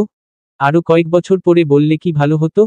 যদি প্রিয়া কখনো তাকে ভালো না বাসে, তখন সে কি করবে? পুড়ে ছাই হয়ে যাওয়া শূন্য হৃদয় নিয়ে বেঁচে থাকতে পারবে তো? প্রার্থ বাড়ি ফিরল সন্ধ্যা 7টার উপরে। বৃষ্টি এখনো পড়া শুরু করেনি। সে এসেই প্রথমে মায়ের রুমে গিয়ে কিছুক্ষণ কথা বলে নিল। এরপর তারা দিয়ে চলে গেল উপরে। অনেকক্ষণ হয় পুষ্পকে দেখে না। ভেতরটা কেমন ফাঁকা ফাঁকা লাগছে। ক্লান্ত পায়ে সিঁড়ি ডিঙিয়ে নিজের রুমে গেল। শূন্য কক্ষ দেখে হৃদয় মুচড়ে উঠল। পুষ্প চলে যায়নি তো? আবার মনে পড়ল, গেলে তো মা বলতোই তাকে। নিশ্চয়ই প্রিয়র রুমে আছে। সে দাঁতে দাঁত চেপে এগোলে। তার পাশের রুম প্রিয়ার। দরজায় 2টো টোকা দিল, কারো কোন শব্দ পাওয়া গেল না। হালকা ভিড়িয়ে রাখা দরজাটা ঠেলে খুলে দিল। ভেতরে তাকাতেই দেখে পুষ্প বিছানায় আলুথালু হয়ে শুয়ে আছে। গায়ে একটা কাঁথাও নেই, জুবুথুবু হয়ে আছে। হাঁটু নিয়ে বুকের সাথে মিশিয়ে রেখেছে। প্রার্থ তাকে দেখেই প্রাণ ভরে নিঃশ্বাস নিল। ধীর কদমে অগ্রসর হলো সামনে। বিছানার সামনে এসে ঝুঁকে পড়ল পুষ্পর মুখের উপর। এলোমেলো হয়ে পড়া চুলগুলো হাত বাড়িয়ে গুজে দিল লতানে কানের পিঠে। ওয়াশরুম থেকে শব্দ এলো পানির। হয়তো প্রিয়া ভেতরে। প্রার্থ এখানে সময় নষ্ট করল না। ঘুমন্ত অবস্থায় পুষ্পকে কোলে তুলে নিল। হঠাৎ বিছানা ছেড়ে হাওয়ায় ভাসছে মনে করে ধরফরিয়ে উঠল পুষ্প। সতর্ক চোখে এদিক ওদিক চাইতে বুঝল সে কোথায়। এত নড়ছিস কেন? চুপচাপ বস। প্রার্থর হঠাৎ ধমকে চমকে উঠল সে। বড় বড় চোখে তাকিয়ে রইল প্রার্থর দিকে। প্রশ্ন করল অবাক ভঙ্গিতে, কি করছেন আপনি? নামান আমাকে। প্রার্থ গা ছাড়া ভাবে হাঁটতে হাঁটতে বলল, জামাই রেখে বোনের ঘরে শুয়ে আছিস, লজ্জা করে না? আশ্চর্য, আপনি বোনের ঘরে থাকতে লজ্জা কিসের? আপনি এভাবে কোলে করে নিয়ে যাচ্ছেন, আপনার লজ্জা করছে না? না। পুষ্প যে প্রার্থর ব্যবহারে কতটা অবাক হচ্ছে বলে বোঝানো দায়। তার খটকা লাগছে প্রার্থর এমন ব্যবহারে। কয়েকদিন যাবৎ যা ব্যবহার করছে তা মেনে নেওয়ার মতো না। সেদিন পর্যন্ত এত অপমান, এত অত্যাচার করল তার উপর। অথচ আজ কয়েকদিন যাবৎ তার পুরো চরিত্রটাই বদলে গেছে। মনে হয় না এই প্রার্থ আর সেই প্রার্থ একই মানুষ। কথা বলতে বলতেই নিজেদের রুমে এসে পৌঁছালো তারা। প্রার্থ পুষ্পকে খাটের উপর বসিয়ে দিল সাবধানে। বলল গম্ভীর স্বরে, আমি চেঞ্জ করে আসছি। এখান থেকে কোথাও যাবি না। পুষ্পকে হতবিহ্বল রেখেই সে রওনা করল ওয়াশরুমের দিকে। পুষ্প মনে মনে আকাশ পাতাল ভাবছে। হুট করে একটা মানুষের এতটা পরিবর্তন কি করে সম্ভব? এর পেছনে কি কোন কারণ আছে? বড় কোন কারণ? কি করতে চাইছে প্রার্থ? কিছুক্ষণের মধ্যে শাওয়ার নিয়ে বের হলো প্রার্থ। গায়ে একটা টি শার্ট জড়ানো, আর একটা ট্রাউজার পরা। বড় চুলগুলো কপালে পড়ে আছে। সেখান থেকে টপটপ করে পানি পড়ছে। সাদা রঙের তোয়ালেটা দিয়ে চুলগুলো মুছতে মুছতে এগিয়ে এলো। পুষ্পকে যেভাবে রেখে গেছে সে সেভাবেই বসে আছে। দিন দরিয়া ভুলো কোন এক ধ্যানে মগ্ন সে। প্রার্থ গিয়ে পুষ্পর সামনে দাঁড়ালো। পরনে সালোয়ার কামিজ দেখে বলল, শাড়ি পরিসনি কেন? পুষ্প মুখ তুলে তাকালো, ভ্রুকুটি করে বলল, আপনি আমার শাড়ি পরা নিয়ে কেন পরে থাকেন? সে অকপটে বলে দিল, শাড়িতে তোকে বেশি সুন্দর লাগে। পুষ্প সন্দিহান চোখে তাকালো। বিয়ের পর এই প্রথম বোধ হয় সে পুষ্পর প্রশংসা করল। পুষ্পর তাতে কিছু এলো গেল না। সে চোখ সরিয়ে বলল, এখন থেকে আর শাড়ি পরব না। প্রার্থ গম্ভীর মুখে বলল, পরবি, পরতে হবে। কাবার্ডে শাড়ি রাখা, যেটা পছন্দ পরে নে। পুষ্পর কপাল কুঁচকে গেল। প্রশ্নাত্মক দৃষ্টিতে তাকিয়ে বলল, কাবার্ডে শাড়ি আছে? আমি তো সব নিয়ে গিয়েছিলাম। এ বাড়িতে তো আনা হয়নি সব। প্রার্থ তোয়ালে রাখতে রাখতে বলল, আমি এনেছি। কখন? আসার সময়। বাড়িতে গিয়েছিলেন? না। তাহলে? আসার সময় মল থেকে নিয়ে এসেছি। এত প্রশ্ন করছিস কেন? চুপচাপ পরে নে একটা। আমি নিচ থেকে খাবার নিয়ে আসছি। পুষ্পর মাথা ঘুরছে। প্রার্থকে সে চিনতে পারছে না। এটা প্রার্থ ভাই নয়। হতেই পারে না। প্রার্থ ভাই শাড়ি কিনবে, তাও পুষ্পর জন্য। সব কেমন এলোমেলো লাগছে না? যে সামনের মানুষটার মনের খবর জানে না, তার কাছে এসব এলোমেলোই লাগবে। পুষ্পরও তাই। সব মাথার উপর দিয়ে যাচ্ছে। প্রার্থ দরজার সামনে যেতেই পুষ্প ডেকে উঠল, খাবার আনতে হবে না, আমি নিচে গিয়ে খেয়ে আসব। প্রার্থ ঘুরে তাকালো, গম্ভীর স্বরে আদেশ দিয়ে গেল, নিচ থেকে এসে যেন শাড়ি পরা দেখি। ব্যাস, এরপরই চলে গেল। পুষ্পর কথার প্রত্যুত্তর না করে সে বলে গেল শাড়ি পরার কথা। পুষ্প কিছু একটা ভেবে উঠে গেল কাবার্ডের সামনে। কাবার্ড খুলে দেখে নতুন নতুন শাড়ি দিয়ে ভরা পুরোটা। প্রার্থ এসেই রুবির কাছে দিয়েছিল শাড়িগুলো। সেই এসে গুছিয়ে রেখে গেছে সব। পুষ্প অবাক হয়। সবগুলোর রং পুষ্পর খুব পছন্দের, সাথে প্রার্থর পছন্দের রঙেরও আছে। সে দেখেই কাবার্ড লাগিয়ে দিল। হাত দিয়ে ধরলও না সেগুলো। আবার গিয়ে বিছানায় বসে পড়ল। কয়েক মিনিটের মধ্যেই প্রার্থ খাবার নিয়ে উপস্থিত হলো রুমে। পুষ্পর গায়ে শাড়ি না দেখে দীর্ঘশ্বাস ফেলল। এগিয়ে গিয়ে প্লেটটা টেবিলে রাখল। চোখে মুখে গম্ভীর্যতা বজায় রেখে বলল, পরিসনি কেন? ইচ্ছে হয়নি? আপনি খাবার কেন এনেছেন? বললাম না নিচে গিয়ে খাবো। আমি খাইয়ে দিব। বলতে বলতে ভাতের প্লেট নিয়ে পুষ্পর সামনে বসল। পুষ্প তখনও প্রশ্নাত্মক দৃষ্টিতে তাকিয়ে। ও ঠিক শুনল তো? প্রার্থ খাইয়ে দিবে? পুষ্পকে অবাক করে দিয়ে প্রার্থ তার মুখের সামনে চামচ ধরল। যেহেতু হাতে তার ব্যান্ডেজ, তাই চামচ দিয়েই খাওয়াতে হবে। পুষ্পকে ইশারা করে বলল, হা কর। পুষ্প হা করল না, উল্টো প্রশ্ন করল, আপনি কেন করছেন এগুলো? ভালো লাগছে তাই? আপনার এসব করতে ভালো লাগছে? হু, হা কর। পুষ্পর মন মানছে না। এমন ব্যবহার কেন করছে? এই প্রশ্নই মাথায় কিলবিল করছে। সে আবারও বলল, আপনার কিছু হয়েছে? কি চাইছেন আপনি? প্রার্থর মেজাজ চটল। দাঁতে দাঁত চেপে বলল, আপাতত খাইয়ে দিতে চাইছি। আমার অসুস্থতায় আমার সেবা করেছিলি, খাইয়ে দিয়েছিলি না? তাই আমিও তাই করছি। তোর ঋণ শোধ করে দিতে চাইছি। হা কর, না হলে বা হাত দিয়ে একটা চড় মারব গালে। লাস্টের ধমকে আটকে উঠল পুষ্প। বেশ উচ্চ শব্দেই ধমকে উঠেছে সে। পুষ্প হা করল সাথে সাথে। আর কোন কথা বলল না। প্রার্থ চুপচাপ খাইয়ে দিল, পুষ্প চুপচাপ খেয়ে গেল। খাওয়া শেষ করে আবার ওষুধও খাইয়েছে নিজে হাতে। হাতের ফোসকা পড়া জায়গায় আঙ্গুলের ডগা দিয়ে ওষুধও লাগিয়ে দিয়েছে। পুষ্পকে শুইয়ে দিয়ে গেছে নিচে মায়ের কাছে। রাত তখন বাজে 10টা কি 11টা। প্রার্থ নিচে থেকে মাত্র এলো। পুষ্প শুয়ে আছে বিছানায়, চোখ বন্ধ। প্রার্থ রুমের লাইট নিভিয়ে দরজা লাগিয়ে বিছানায় এলো। পুষ্পর পাশের জায়গাটা দখল করে নিল। বাইরের জানালা দিয়ে হিড়হিড়িয়ে বাতাস আসছে। একটু আগেই বৃষ্টি হয়েছে। এখন পরিবেশটা ঠান্ডা ঠান্ডা। জানালা গলিয়ে আসা বাতাসটাও অনেক ঠান্ডা। এসি অন ছিল রুমের। সে রিমোট চেপে বন্ধ করে দিল এসিটা। জানালা দিয়ে আসা বাতাসের তোপে পুষ্পর মসৃণ চুলগুলো মুখের উপর নাচানাচি করছে। ডিম লাইটের আলোতে সে মুখটা পুষ্পদ্বীপের মতো মুগ্ধতা ছড়াচ্ছে, যেটা গিয়ে বিঁধছে প্রার্থ বুক জুড়ে। এত নজরকাড়া মুখটার থেকে নজর সরাতে ইচ্ছে করছে না। প্রার্থ উঠে পুষ্পর উপর ঝুঁকে পড়ল। ফু দিয়ে মুখের উপরের চুল সরিয়ে দিল। তাকে ডাকল হাসকি স্বরে, ফুল। পুষ্প তখনও পুরোপুরিভাবে ঘুমায়নি। কাঁচা ঘুমটা ভেঙে গেল ফুল ডাক শুনে। চমকে তাকালো সামনে। প্রার্থ ততক্ষণে সরে গেছে তার উপর থেকে। সতর্ক চোখে এদিক ওদিক তাকালো সে। পাশে প্রার্থকে দেখে আরেক দফা চমকে উঠল। ধরফর করে উঠে বসল বিছানায়। গলার ক্লেশ পরিষ্কার করে বলল, আপনি আপনি এখানে কেন? প্রার্থ স্বভাবতই বলল, তো কোথায় থাকার কথা আমার? আপনার তো সোফায় থাকার কথা। আমার বিছানা আমার বউ রেখে আমি সোফায় কেন ঘুমাবো? সোফা কি আমার বউ নাকি? এতদিন তো তাই ছিল, আজ কেন হবে না?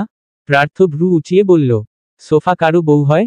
পুষ্প হেয়ালি গলায় বলল, আপনার তো হয়। সোফায় যান, না হয় আমি প্রিয়ার রুমে চলে যাই। প্রার্থ খপ করে পুষ্পর কবজি চেপে ধরল। চোখ রাঙিয়ে বলল, চুপচাপ শুয়ে পড়, কথা আছে। পুষ্প ভ্রু কুঁচকে বলল, কি কথা? প্রার্থ চুপ রইল কিছুক্ষণ। পুষ্পর হাত ছেড়ে দিয়ে মাথার নিচে দুহাত রাখল। চিত হয়ে শুয়ে সিলিংয়ের দিকে তাকিয়ে বলল, আমাদের বিয়ে হলো কতদিন? হঠাৎ এমন প্রশ্নে পুষ্পর কেমন সন্দেহ সন্দেহ লাগছে। সে সন্দিহান চোখে তাকিয়ে জবাব দিল, 1.5 মাস হবে। প্রার্থ তপ্ত শ্বাস ছেড়ে আবারও বলল, আচ্ছা এখন বল একটা জিনিস যেটা 1.5 বছরে হয় না অথচ 1.5 মাসেই হয়ে যায়। শুধু হয় না, তীব্র থেকে তীব্রতর হয় তা। এরকম পেঁচানো কথার অর্থ মেয়েটা বুঝল না। কপাল গুটিয়ে বলল, এমন কি জিনিস হলো যেটা 1.5 বছরে হলো না 1.5 মাসে হয়ে গেল? কি বলতে চাইছেন? যেটা বলছি সেটার উত্তর দে। আজব জিনিসটা কি সেটা না জানলে বলবো কি করে? পরিবেশের উপর নির্ভর করে জিনিসটা কত দিনে হবে। কিন্তু জিনিসটা কি?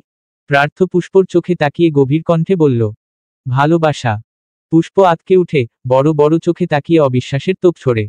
শুষ্ক ঢোক গিলে বলে, আপনি ভালোবাসেন কাউকে? প্রার্থ স্বাভাবিকভাবেই বলল, হুম। পুষ্পর চোখে মুখে অবিশ্বাস। অশ্রুসিক্ত নয়নে তাকিয়ে বলতে লাগল, কাকে? সে বুঝি অনেক সুন্দরী? তার মাঝে যা আছে আমার মাঝে তা নেই? এজন্যই আমাকে মানতে এত কষ্ট আপনার? আগে বলে দিতেন, আগেই চলে যেতাম। আমি তো আপনার ভালোবাসা ছিনিয়ে নিতে আসিনি। আমাকে আগে কেন বললেন না আপনি? আগে বললে তো আর এতদিন পরে থাকতাম না এখানে। তাকে নিয়ে সুখে সংসার করতে পারতেন। চলে যাচ্ছিলাম আমি। এখন কেন আবার নিয়ে এলেন? ও বুঝেছি। ডিভোর্সের জন্য এত নাটক, এত ভালো ব্যবহার। আপনি আমাকে এখনো চিনলেন না? আপনি শুধু ডিভোর্স লেটারটা পাঠিয়েই দিতেন, আমি নির্দ্বিধায় সাইন করে দিতাম। এত নাটক করার তো কোন প্রয়োজন ছিল না। আমি তো। আর কিছু বলতে দিল না পুষ্পকে। প্রার্থ উঠে ঝাঁপিয়ে পড়ে পুষ্পর উপর। তাকে বিছানায় ফেলে নিজের তার উপর উঠে পড়ে তীর তীর করে কাঁপতে থাকা অধরষ্ঠ নিজের আয়ত্তে করে নেয়। নরম গরম উষ্ঠের মাঝে খুব সহজেই ডুবে যায় প্রার্থর নিকোটিনে পোড়া ঠোঁট দুটো। পুষ্পর চোখে কান্নার বদলে ভর করল বিস্ময়। গোল গোল চোখে তাকালো সামনে। সেখানে দেখা গেল প্রার্থর বুজে রাখা আবেশ মাখা দুটো চোখ। পুষ্পর শ্বাস আটকে আসে। বেড়ে যায় ধুকপুকে বুকের উঠানাম। শরীরের শিরা উপশিরায় বয়ে যায় এক অদ্ভুত শিহরণ। কিছুক্ষণ পর প্রার্থ নিজে থেকে ছেড়ে দেয় তাকে। মুখোমুখি হয় দুটি মুখ। দুজনের শ্বাসপ্রশ্বাসের গরম বাতাস বাড়ি খায় তাদের মুখে। পুষ্পর টলটলে চোখে প্রশ্ন। প্রার্থ সেই প্রশ্নের উত্তর দিতে আবেগ মেয়ে কণ্ঠে বলল, তোকে ভালোবাসি। পুষ্পর শিরদাঁড়ায় অনুভব করল হিমশীতল স্রোত। কলিজা শুকিয়ে তার এইটুকু হয়ে গেছে। প্রার্থর কথা বিশ্বাস করতে কষ্ট হচ্ছে। কণ্ঠ মুদে এসেছে। অবিশ্বাস্য গলায় শ্লেষ নিয়ে বলল, কি? কি বললেন? প্রার্থ চমৎকার হাসল।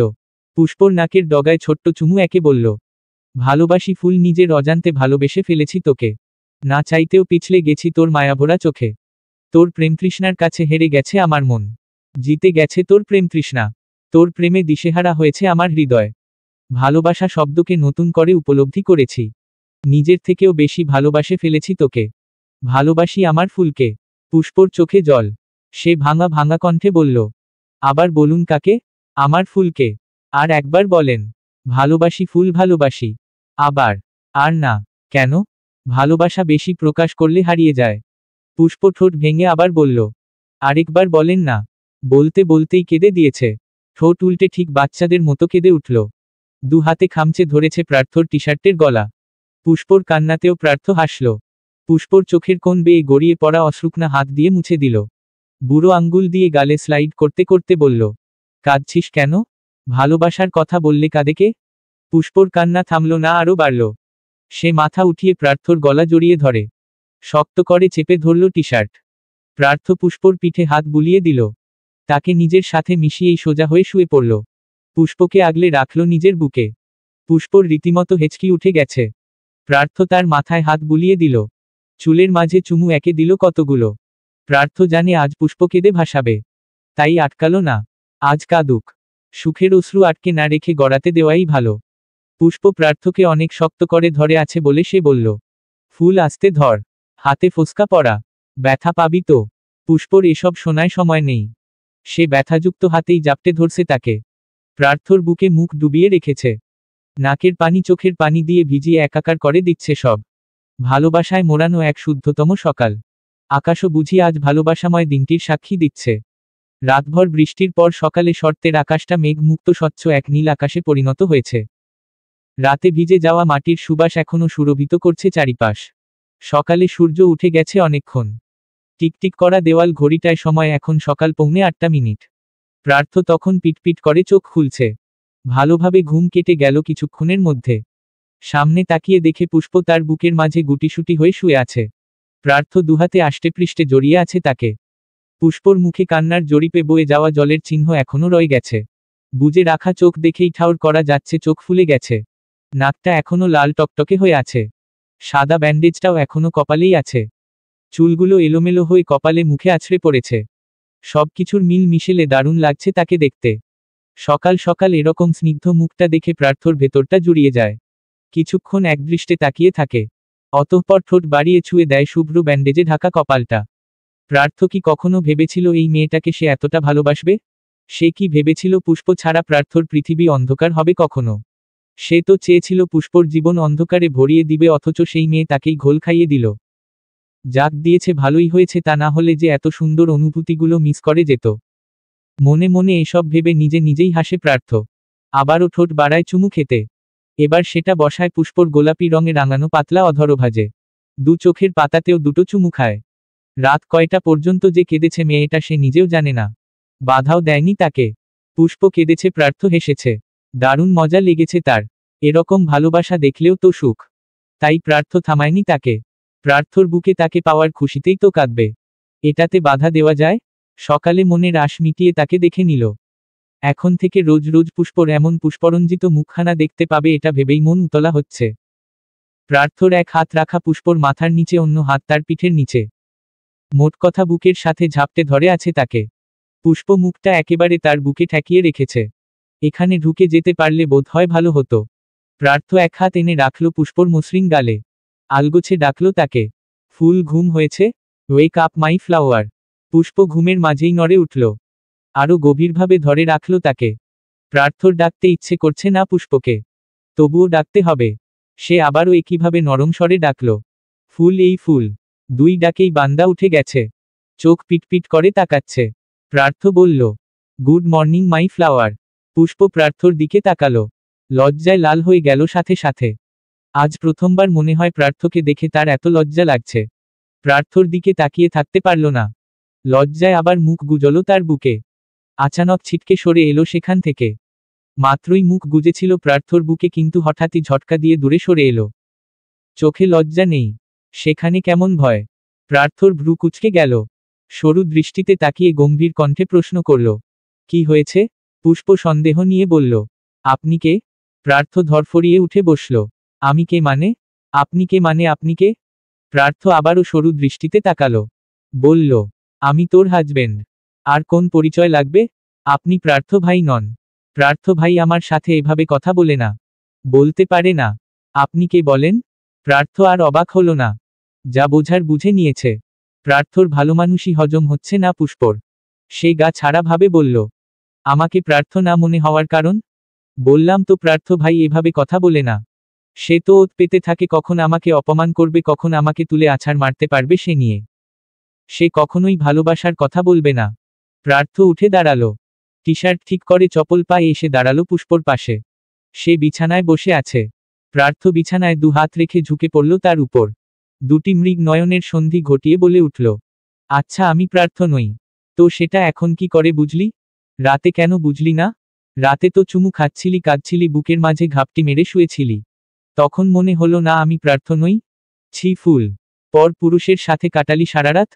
আমার কথা একবারও ভাবলি না? প্রার্থর কণ্ঠে নাটকীয়তা। পুষ্প নাক মুখ কুঁচকে বলল, চুমু আমি খাইনি, আপনি খেয়েছেন। আর তখন আবেগে কেঁদে ফেলেছি, এখন উপলব্ধি করছি আপনার দ্বারা ভালোবাসা সম্ভব না। চুমু তুই খাস বা আমি, বিষয়টা একই। Whether I kiss you or you kiss me, our lips still ended up together, right? Pushpa লজ্জায় লাল হয়ে গেল। সুন্দর গাল দুটো ব্লাশ করল লজ্জায়। পেছনে হেলে গেল খানিকটা। মাথা তুলে কোনোমতে বলল, এরকম কথাও প্রার্থ ভাই বলে না। প্রার্থ আরেকটু ঝুঁকে পড়ল। নেশাতুর কণ্ঠে বলল, তোর প্রার্থ কি কি বলতে পারে তা এখনো তুই জানিস না। আস্তে আস্তে জেনে যাবি। প্রার্থ উঠে দাঁড়ালো। ফ্রেশ হতে যাওয়ার জন্য ঘুরে পা বাড়াতেই পুষ্প পিছু ডাকল, শুনুন। প্রার্থ দাঁড়ায়। পেছনে ঘুরে বলে, হুম শুনছি। পুষ্প পাশের জায়গা দেখিয়ে বলল, বসুন এখানে। প্রার্থ বসল। পুষ্প রয়েসয় বলতে শুরু করল, আপনার হঠাৎ কি হয়েছে সত্যিই করে বলবেন? আমার কেন আপনাকে বিশ্বাস হচ্ছে না? দেখুন আমার মন নিয়ে খেলবেন না। অনেক কষ্টে মনটাকে শক্ত করেছিলাম। আপনি সেটা আবার নরম করে দিচ্ছেন। এভাবে নরম করে একেবারে ভাঙবেন না দয়া করে। আপনার কি চাই বলুন? ডিভোর্স চাই নাকি দেহ চাই? প্রার্থ হুট করে উঠে দাঁড়ায়। পুষ্পর কোমর টেনে তাকে দাঁড় করাই সামনাসামনি। নিজের সাথে মিশিয়ে দাঁড় করিয়ে চোয়াল শক্ত করে বলে, থাপ্পড় দিয়ে গালের সবগুলো দাঁত ফেলে দেব আর একবার যদি এই দুটোর কথা উচ্চারণ করিস।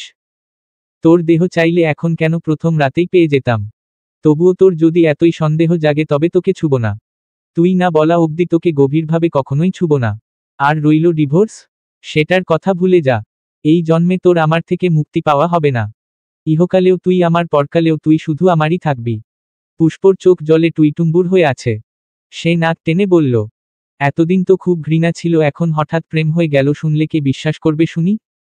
প্রার্থর রাগ কমে এলো। এক হাত তুলে পুষ্পর মাথায় হাত বুলিয়ে দিল। কণ্ঠ যথাসম্ভব মোলায়েম রেখে বলল, তুইই তো বলতি ঘৃণা থেকেও প্রেম জন্মায়। প্রথম দেখাতেও ভালোবাসা হয়। ভালোবাসার কোন কারণ লাগে না। এগুলো তো তুইই বলতি। ভুলে গেলি? আমাদের মাঝের লড়াইয়ে তোর জিত হয়েছে, তাহলে জিত মেনে নিতে পারছিস না কেন? পুষ্প অশ্রুমাখা চোখে তাকিয়ে আটকে আসা গলায় বলল, এত তাড়াতাড়ি জিতে যাব ভাবিবি তো? এজন্য বোধ হয় মানতে কষ্ট হচ্ছে। আপনি আমাকে ভালোবাসতে পারেন এটা আমার কাছে অভাবনীয় বিষয়। প্রার্থ পুষ্পর কপল বেয়ে পড়া এক ফোঁটা জল আঙুল দিয়ে মুছে বলল, শোন ফুল, এই শেষবার বলছি ভালোবাসি তোকে। ভালোবাসি আমার সেই ফুলকে যেই ফুলের প্রতিটি নিঃশ্বাসে আমার বসবাস, যেই ফুলের সমস্ত কিছুতে শুধু আমারই অধিকার। এই লাস্টবার বললাম, এরপর আর কখনো বলবো না ভালোবাসি। ভালোবাসা বেশি প্রকাশ করতে নেই, বুঝেছিস? পুষ্প ঠোঁট উল্টে কেঁদে দিল। প্রার্থ তার কপালে দীর্ঘ চুম্বন এঁকে দেয়। পুষ্পর মাথা নিজের বুকের সাথে মিশিয়ে রাখল। বেলা বাজে 9টার উপরে, এখনো ঘুম থেকে উঠেনি লাট সাহেবের বেটা অর্ণব। তার মা এসে দুবার দরজা ধাক্কিয়ে গেছে, তবুও উঠাতে পারেনি তাকে। অর্ণবের মা অন্তরা বেগম আবার এসে দরজা ধাক্কিয়ে ডাকলেন ছেলেকে, এই অর্ণব, দরজা খোল। ওঠ বাবা, কখন থেকে ডাকছি। তোকে দিয়ে দরকার আছে তো আমার। অর্ণব। বিরক্তিতে চোখ মুখ কুঁচকে আসলো ছেলেটার। এমনিতেই রাতে সে ঘুমাতে পারে না। কিছুতেই ঘুম হয় না, তার উপর সকালেও একটু শান্তিতে ঘুমানো যায় না। অসহায় ছেলেটা শেষমেশ মায়ের এত ডাকে উঠেই পড়ল। এলো এলো অবস্থায় চপল পায়ে গিয়ে দরজাটা খুলে দিল। অন্তরা বেগম ছেলেকে ঘুমে টলতে দেখে বললেন, রাতে ঘুম হয়নি? অর্ণব দুপাশে মাথা নাড়লে তিনি আবার বলেন, এজন্যই বলি বিয়ে কর। বিয়ে করলে সব ঠিক হবে। বিরক্তিতে মুখটা তেতো হয়ে গেল তার। মুখে সূচক শব্দ করে বলল, আম্মু, বিয়েই কি সবকিছুর সলিউশন? সারাক্ষণ বিয়ে বিয়ে কেন করো বলো তো? যখন আমি বিয়ে করতে চেয়েছিলাম তখন বললে আমার বিয়ের বয়স হয়নি, এখন কেন এত জোর করছো? তো তখন তোর বয়স কত ছিল? এখন তুই বিয়ের যোগ্য, এখন বিয়ে করলে সমস্যা কি? যা ফ্রেশ হয়ে ডাইনিংয়ে আয়, তোর বাবা কথা বলবে তোর সাথে। অর্ণব, আসছি, বলে মুখটা বাংলার পাঁচের মতো করে বাঁকিয়ে ভেতরে চলে গেল। বিয়ে বিয়ে প্যারা আর ভাল্লাগে না তার। শান্তিতে ব্যাচেলার লাইফ কাটাচ্ছিল, তাও কাটাতে দিচ্ছে না কেউ। কিছুক্ষণ পর সে ফ্রেশ হয়ে উপস্থিত হয় বাবার সামনে। খাবার টেবিলে বসে আছেন আনোয়ার সাহেব। অর্ণব চেয়ার টেনে বসে বলল, কি হয়েছে আব্বু? ডেকেছিলে কেন? ভদ্রলোক বললেন, বয়স তো কম হলো না। বিয়ে শাদি কি করবে না? এখন আমার বিয়ে করার কোন ইচ্ছে নেই আব্বু। অন্তরা বেগম প্লেটে খাবার দিতে দিতে বললেন, এখন করবি না তো কখন করবি? বয়স হচ্ছে না আমাদের? ছেলের বউ নাতি নাতনি কি দেখব না? তোর সব বন্ধুর বিয়ে হয়ে যাচ্ছে। কার্তিক সেদিন বিয়ে করল। প্রার্থর মাশা আল্লাহ, কি সুন্দর বউ। হৃদয়ের হবু বউটাও কি সুন্দর। এখন বাকি শুধু তুই আর রকি। তোরা কি বিয়েই করবি না বলে পণ করেছিস? অর্ণব বিরক্তিতে নাক মুখ কুঁচকে বলল, আহা আম্মু, সবসময় বিয়ে নিয়ে কেন পড়ে থাকো? বিয়ে করলে কি সব ঠিক হবে? সব ঠিক হওয়ার কি আছে, সব তো ঠিকই আছে। আমার লাইফ আনার মতোই চলছে। বিয়ে করার কোন প্রয়োজন আছে? অর্ণবের বাবা বললেন, অবশ্যই আছে। তুমি আমার একমাত্র সন্তান। তোমার পরেও তো এই পরিবারের কোন উত্তরাধিকার লাগবে। বিয়ে তোমাকে করতেই হবে। অর্ণব হাল ছেড়ে দিল। দীর্ঘশ্বাস ছেড়ে বলল, ঠিক আছে, যা ইচ্ছে করো। তোমাদের যাকে পছন্দ হয় তাকেই গলায় ঝুলিয়ে দাও। অন্তরা বেগম বললেন, গলায় ঝুলিয়ে দেওয়া আবার কি কথা? বিয়ে হলে বউয়ের দায়িত্ব নিবে না? বললাম তো, যা ইচ্ছে করো। এ নিয়ে আর প্রশ্ন করো না তো। যেদিন বিয়ে সেদিন জানিয়ে দিও, গিয়ে বিয়ে করে চলে আসব। চলবে? সে রাগ করে উঠেই চলে গেল। খাবারে হাতও দিল না। তার মা তাকে কত ডাকলো তাও কাজ হলো না। বাইকের চাবি নিয়ে বেরিয়ে গেল বাড়ি ছেড়ে। সকালের খাবার খাওয়া শেষ সকলের। প্রিয়া একেবারে কলেজ ড্রেস পরেই বেরিয়েছে। খাবার খেয়ে উঠে দাঁড়ালো। কলেজে যাবে এখন। অন্তও বেরিয়েছে ভার্সিটি যাওয়ার উদ্দেশ্যে। প্রার্থ সোফায় বসে ফোন দেখছিল। কিছু জরুরি কাজ আছে তার। প্রিয়াকে ডেকে বলল, একা যাস না, অন্তর সাথে যা। বাড়িতে এখন গাড়ি নেই। ও ভার্সিটি যাওয়ার পথে দিয়ে যাবে তোকে। প্রিয়া মুখ গোমরা করে বলল, লাগবে না ভাই, আমি একাই যেতে পারবো। রাস্তায় অনেক রিকশা আছে। প্রার্থ ফোন থেকে চোখ সরিয়ে রাখল প্রিয়ার উপর। গম্ভীর মুখে বলল, একা যেতে বারণ করেছি আমি। অন্ত পৌঁছে দিবে। এরপর অন্তত দিকে তাকিয়ে বলল, ওকে ঠিকঠাক নামিয়ে দিয়ে তুই ভার্সিটি যাবি। টাকা আছে কাছে? নিয়ে যা আমার থেকে। অন্ত প্রিয়ার হাত ধরে বলল, লাগবে না ভাই, আছে আমার কাছে। প্রিয়াকে চল বলেই টানতে টানতে নিয়ে গেল। পুষ্প তখনই এলো ড্রয়িং রুমে। পেছনে থেকে ওদের সাবধান করে বলল, সাবধানে যাস দুজন। ততক্ষণে দুজন সদর দরজা পেরিয়ে গেছে। প্রার্থ ফোন রেখে ডাকল পুষ্পকে, এদিকে আয়। পুষ্প ধীর পায়ে এগিয়ে গেল তার কাছে। সকাল থেকেই লজ্জায় মরে যাচ্ছে সে। প্রার্থর কাছাকাছি ঘেঁষতে পারছে না। চোখে চোখ রেখে কথা বলতে পারছে না। হুট করেই যেন সব লজ্জা ঘিরে ধরেছে তাকে। এতদিন তো এত লজ্জা লাগেনি, এখন কেন এমন লাগছে? সে গিয়ে প্রার্থর সামনে দাঁড়ালো। প্রার্থ তার পাশের জায়গা দেখিয়ে বসতে বললে পুষ্প গিয়ে বসল তার পাশে। প্রার্থ তৎক্ষণাৎ মাথা ঠেকিয়ে দিল পুষ্পর কাঁধে। দুহাতে জড়িয়ে ধরল কোমর। চোখ বন্ধ করে পড়ে রইল। পুষ্প চোখ দুটো বড় বড় করে ফেলল। আশেপাশে সতর্ক নজরে দেখল কেউ আছে কিনা। বুকের ধুকপুকানি বেড়ে গেছে প্রার্থর এমন ব্যবহারে। কথাটা গলায় আটকে আসছে। তবুও মেরুদণ্ড সোজা করে রয়েসয় বলল, আপনি স্টুডিওতে যাবেন না? প্রার্থ অলস ভঙ্গিতে বলল, হু। কখন? দেরি হচ্ছে না? হুহুম। পুষ্প চুপ হয়ে গেল। কি বলবে মাথায় আসছে না। গলা শুকিয়ে আসছে। রোবটের মতো শক্ত হয়ে বসে আছে। প্রার্থ একই ভঙ্গিতে বলে উঠল, তোকে রেখে যেতে ইচ্ছে করছে না। কি জাদু করলি বলতো? পুষ্প বিষম খায়। শুকনো ঢোক গিলে কোনো রকমে বলতে যায়, আমি আবার কি করলাম? তখনই তাদের সামনে এসে দাঁড়ায় প্রান্ত। ছোট ছোট চোখ দুটো ইয়া বড় বড় করে অবাক হয়ে বলে, এই তোমরা দুজন মিলে গেছো? প্রার্থ চোখ খুলে তবে উঠে না। একইভাবে থেকে বলে, তুই এখানে কেন? স্কুলে যাসনি? প্রান্ত হাসি খুশি মুখে বলল, আগে বলো তোমরা মিলে গেছো? প্রার্থ ভাই, তুমি ফুল আপুকে আর কষ্ট দিবে না? প্রার্থ সরু চোখে তাকিয়ে বলে, তোর কিসের ফুল? ফুল আমার। আমি ওকে ফুল বলে ডাকব। তুই ডাকবি না? প্রান্ত এটিটিউড নিয়ে বলে, হুহো কালো তো পুষ্প পুষ্প করছিলে। আজ কেন ফুল আপু তোমার হবে? ফুল আপু আমার আগে থেকেই। দূরে যা। ফুল আমার। পুষ্প পড়ল মহা বিপদে। দুই ভাই মিলে কি এখন ঝগড়া করবে? নাম নিয়ে ছোট বাচ্চার সামনেও কেমন নির্লজ্জ কথাবার্তা বলছে। সে প্রার্থকে আস্তে করে বলল, কি করছেন? ছাড়ুন। প্রান্তর সামনে এগুলো কি বলছেন? বাচ্চা নাও। প্রার্থ মুখ তুলে পুষ্পর দিকে তাকালো। ভ্রু কুচকে বলল, তো? আমার বউ, আমি যা ইচ্ছে করব। আপনার কি মনে হচ্ছে না আপনি আপনার লজ্জা শরম সব ধুয়ে খেয়ে ফেলেছেন? খেলে খেলাম। বউয়ের সামনে কিসের লজ্জা? আপনি সত্যিই নির্লজ্জ হয়ে যাচ্ছেন। ছাড়ুন এবার। প্রার্থ ছাড়ল না। প্রান্ত সামনে এসে পুষ্পর কানের কাছে মুখ নিয়ে ফিসফিসিয়ে বলল, প্রার্থ ভাই কি সত্যিই ভালো হয়ে গেছে ফুল আপু? ছোট ছোট কথাগুলোও প্রার্থ শুনে ফেলল। ভ্রু উঁচিয়ে বলল, আমি খারাপ ছিলাম কবে? এতদিন তো ছিলে শুধু শুধু আপুকে কষ্ট দিতে। ওটা ভুলে হয়ে গেছে। এবার থেকে আর কষ্ট দিব না দেখিস। এখন যা এখান থেকে। একটু প্রেম করতে দে। প্রান্ত যেতে যেতে বলল, হ্যাঁ হ্যাঁ করো প্রেম। আমি বিয়ে করলে আমিও তোমাদের দেখিয়ে দেখিয়ে প্রেম করব। প্রার্থ পুষ্প দুজনেই অবাক হয়। প্রার্থ বলে, দেখেছিস কি বেয়াদব হয়ে গেছে? এইটুকু বয়সে কিসব কথা বলে। পুষ্প নিজেকে প্রার্থর থেকে ছাড়িয়ে নিয়ে বলল, সব আপনার জন্য হয়েছে। কি দরকার ছিল বাচ্চাটার সামনে এমন নির্লজ্জ মার্কা কথা বলার? প্রার্থ আয়েস করে বসল। চোখ টিপে দুষ্টু হেসে বলল, প্রেমে পড়লে মানুষ নির্লজ্জ হয়? ওটা ব্যাপার না। সকালের তেজি সূর্য মাথায় করে দুজন মানুষ হেঁটে যাচ্ছে। দুজনের পায়ের গতি সমান নয়। প্রিয়া হনহনিয়ে সামনে হেঁটে যাচ্ছে। অন্ত তার পিছু পিছু হাঁটছে। রাস্তায় গাড়ি নেই বলে আর দাঁড়িয়ে থাকেনি। প্রিয়া দেমাগ দেখিয়ে একা একাই হাঁটা ধরেছে। অন্তও তার পিছনে ছুটছে। প্রিয়ার হাঁটার গতি দেখেই বোঝা যাচ্ছে সে রাগে হনহন করে হেঁটে যাচ্ছে। অন্ত দুপাশে মাথা নেড়ে ডাকল তাকে। প্রিয়া, প্রিয়া দাঁড়া, আস্তে হাঁট। সে কি আর বারণ শোনার মানুষ?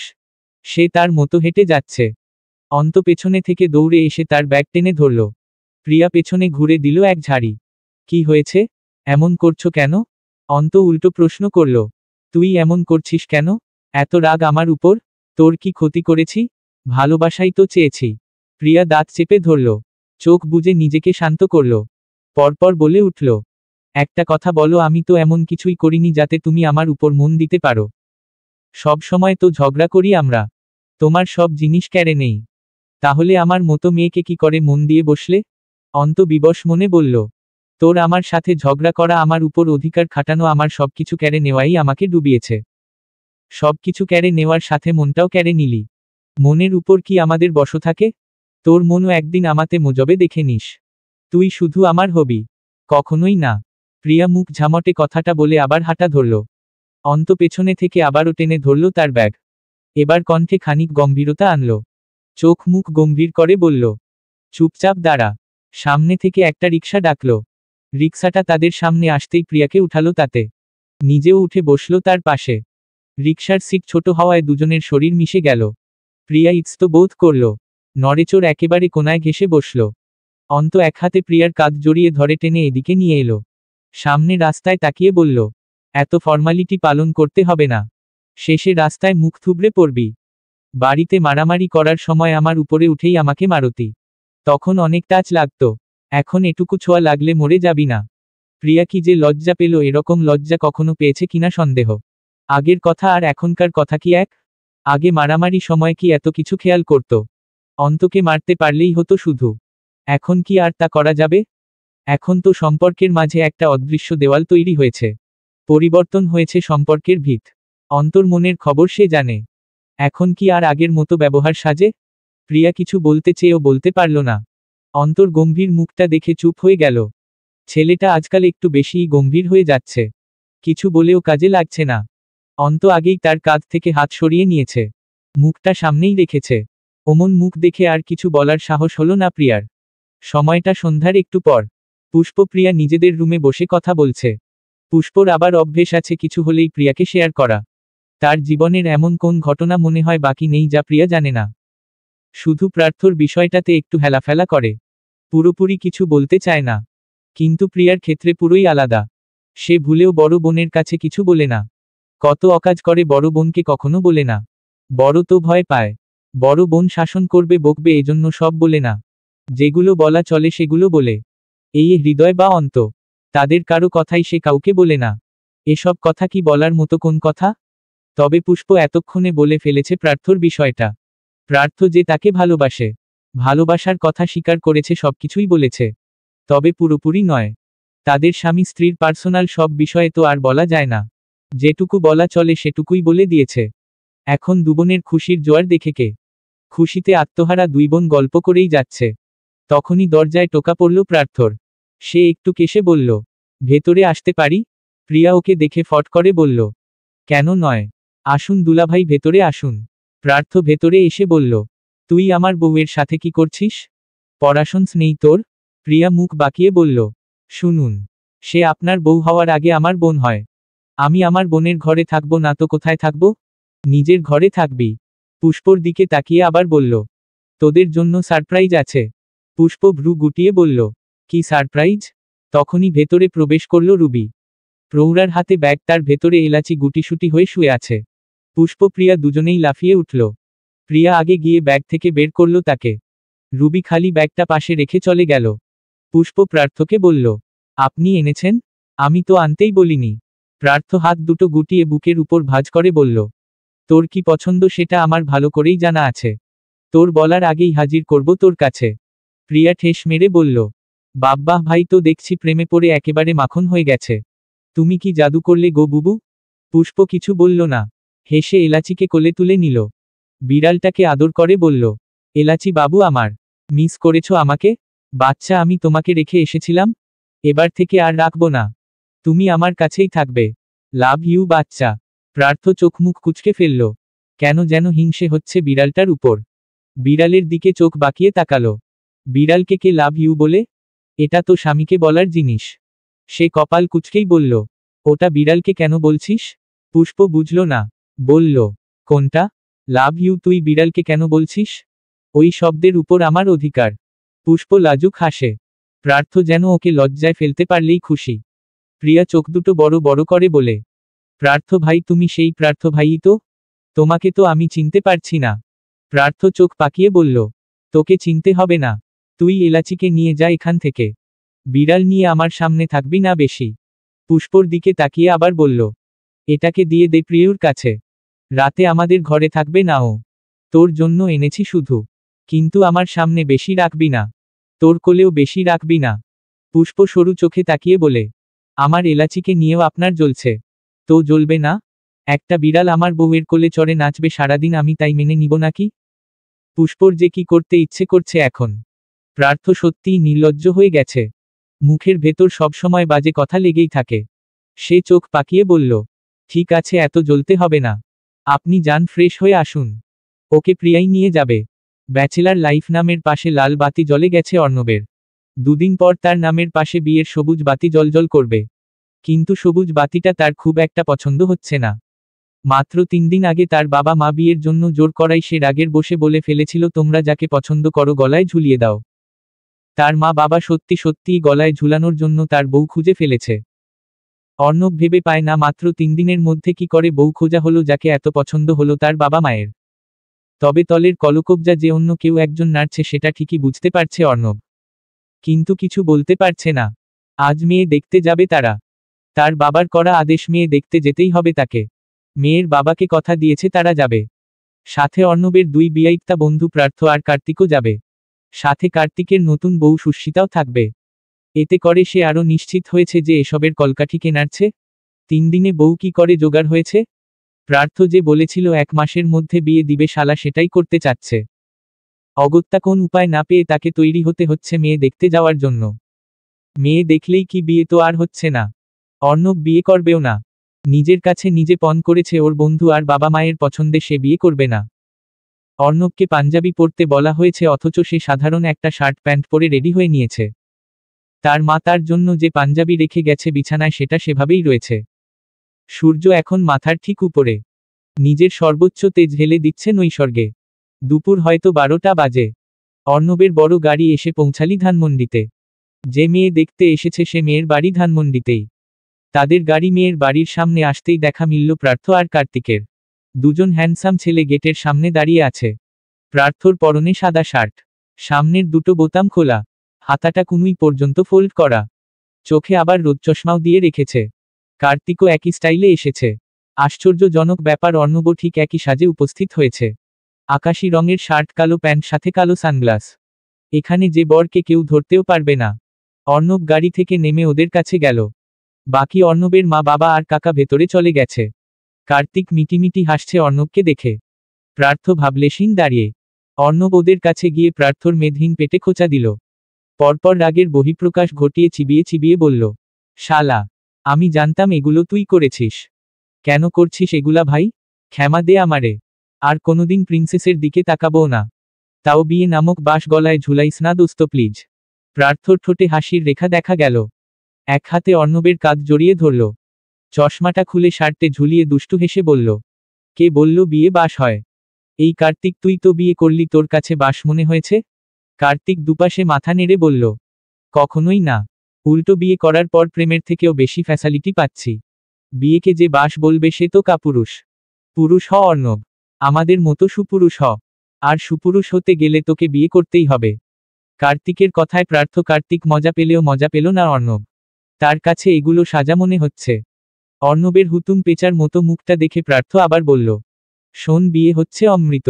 আমাকেই দেখ। আমার বিয়ে নিয়ে আমার কত অভিযোগ ছিল, অথচ আজ সেই বিয়ের জন্য আল্লাহর কাছে বারবার শুকরিয়া জ্ঞাপন করি। ফুলের সাথে বিয়ে না হলে এত সুন্দর অনুভূতিগুলো টের পেতাম কি করে বল? তোর জন্যেও আল্লাহ কাউকে না কাউকে ঠিক করে রেখেছে। তার সাথে একদিন না একদিন বিয়ে হবেই। ওই একদিনটা এখনই হোক। অর্ণব দীর্ঘশ্বাস ফেলে। প্রার্থ যে একবার পিছু লেগেছে আর ছাড়বে না। যা করতে চেয়েছে তাই করবে, কিন্তু আজকাল প্রার্থর বেশ পরিবর্তন লক্ষ্য করছে সে। কেমন হাস্যোজ্জ্বল হয়ে কথা বলে। আর আগের মতো অল্প কথাও বলে না। আগের থেকে একটু বেশি বলে। গম্ভীর্যতা আছে, তবে আগের মতো ওটা নেই।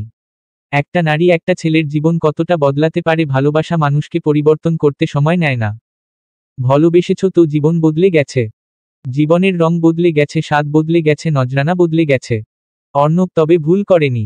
প্রার্থকে পুষ্পর করে দিয়ে সে ভুল করেনি। সে জানত প্রার্থ একবার মন দিলেই সব ঠিক হয়ে যাবে। হলোও তাই। এবার সামনের পথচলায় ওরা সুখে থাকতে পারলেও অর্ণবের শান্তি একটু অন্যরকম শান্তি, যেটা বোঝার ক্ষমতা অর্ণবের ছাড়া আর কারো নেই। অর্ণবকে ভাবনায় বুঁদ হয়ে থাকতে দেখে কার্তিক খোঁচা দিল। বলল, কি ভাবছিস? ভেতরে চল। তোর হবু বউ দেখবি না? বউ কিন্তু তোর আমরা পছন্দ করে দিয়েছে। আমাদের পছন্দ তোর 100-এ 100 পছন্দ হবে। ভাবি আমাদের জোসস। কার্তিক ওর গলা জড়িয়ে টানতে টানতে ভেতরে নিয়ে গেল। প্রার্থ নিম্নষ্ঠ চেপে ধরে তাকিয়ে রইল। ওদের যাওয়ার পথে তাকিয়ে থেকেই হুট করেই নিঃশব্দে হেসে দিল। অর্ণবরা আসার কিছুক্ষণ পর সুস্মিতা আর মেয়ের বড় বোন সুহাইমা নিয়ে এলো মেয়েকে। পাত্রীকে দেখেই অর্ণবের চোখ চড়ক গাছে উঠে গেছে। হা হয়ে তাকিয়ে আছে মেয়ের দিকে। মেয়েটাও বোধ হয় একই রকম বিস্ময় রয়েছে। কেমন অবাক দৃষ্টিতে তাকিয়ে আছে। অর্ণব তাকিয়ে তাকিয়ে ভাবছে, এ তো সেই মেয়েই যার সাথে অর্ণের ধাক্কা লেগেছিল কার্তিকের বিয়েতে। অর্ণবের স্পষ্ট মনে আছে। তার মানে তার বাবা মা কি একটু বেশিই ভেবে নিয়েছে? নাকি সব তার ইছড়েপাকা বন্ধুদের কারসাজি? অর্ণব গরম চোখে তাকালো প্রার্থ আর কার্তিকের দিকে। কার্তিকেই ভ্রু উঁচু করে বোঝালো, কি পছন্দ হয়েছে তো? পছন্দ? মেয়েকে দেখে তার মাথার প্রতিটা নিউরন দপদপ করছে রাগে। যেখানে আবার পছন্দ আসে কোত্থেকে? অর্ণব চোখ দিয়েই ওদের গিলে খাচ্ছে যেন। প্রার্থ ভাবলেশীন তাকিয়ে। তার ঠোঁটের কোণে লেগে থাকা অদ্ভুত হাসি অর্ণবের দৃষ্টিগোচর হলো না। তার মধ্যেই অর্ণবের মা ডাকল মেয়েকে। স্নেহা, মা কেমন আছো? এদিকে এসে বসো। আমাকে মনে আছে তো? কার্তিকের বিয়ের সময় যে তোমার সাথে পরিচয় হলো। তোমাকে আমার তখন থেকেই পছন্দ। স্নেহা মেয়েটা লজ্জা পেল। কুশল বিনিময় করল সবার সাথে। সুস্মিতা ওকে নিয়ে বসিয়ে দিল সোফায়। অর্ণের মা আবার তাকে শুধিয়ে বলল, কেমন আছো? আমাকে মনে আছে নিশ্চয়ই। মেয়েটা রিনরিনে গলায় বলল, জি আন্টি মনে আছে। যাক, আমি ভাবলাম ভুলেই গেছো বুঝি। অর্ণবের বাবা আনোয়ার সাহেব স্নেহার বাবাকে উদ্দেশ্য করে বললেন, বেয়াই সাহেব, আগেই বলে দেই আপনাদের মেয়েকে আমাদের সবার পছন্দ হয়েছে। আমরা চাইছিলাম আপনার মেয়েকে খুব শীঘ্রই আমাদের ঘরে তুলতে। স্নেহার বাবা অসুস্থ মানুষ। হার্টের পেশেন্ট তিনি। অলরেডি দুবার অ্যাটাক করে ফেলছে। কতদিন বাঁচবে সে নিজেও জানে না। বড় মেয়েকে বিয়ে দিয়ে দিয়েছেন। মোহ ছোট মেয়ে। তাকে ভালো একটা ঘরে দিয়ে দিতে পারলেই তার শান্তি। রুগ্ন অসুস্থ লোকটা বললেন, মেয়ে পছন্দ হলে অবশ্যই নিবেন ভাইসাব। আমি অসুস্থ মানুষ, আর কতদিনই বা বাঁচব। মেয়েটাকে সুখে রেখে যেতে পারলেই আমি সুখী। তবে তার উপর আমি কোন সিদ্ধান্ত চাপিয়ে দিব না। সে যা চাইবে তাই হবে। এরপরের কথাটা বলল প্রার্থ। বড়দের মতো করে সাফাই গাইল বন্ধুর। অবশ্যই আঙ্কেল। জীবন আপনার মেয়ের সেই সিদ্ধান্ত নিক। তবে বলে দেই, আমার বন্ধুর মতো খাঁটি মানুষ আজকাল খুব সহজে পাওয়া যায় না। যে অন্যের জন্য নিজে ত্যাগ স্বীকার করে সে নিজের জন্য অনেক কিছুই করতে পারবে। আপনার মেয়ে কখনোই অসুখী হবে না তার সাথে।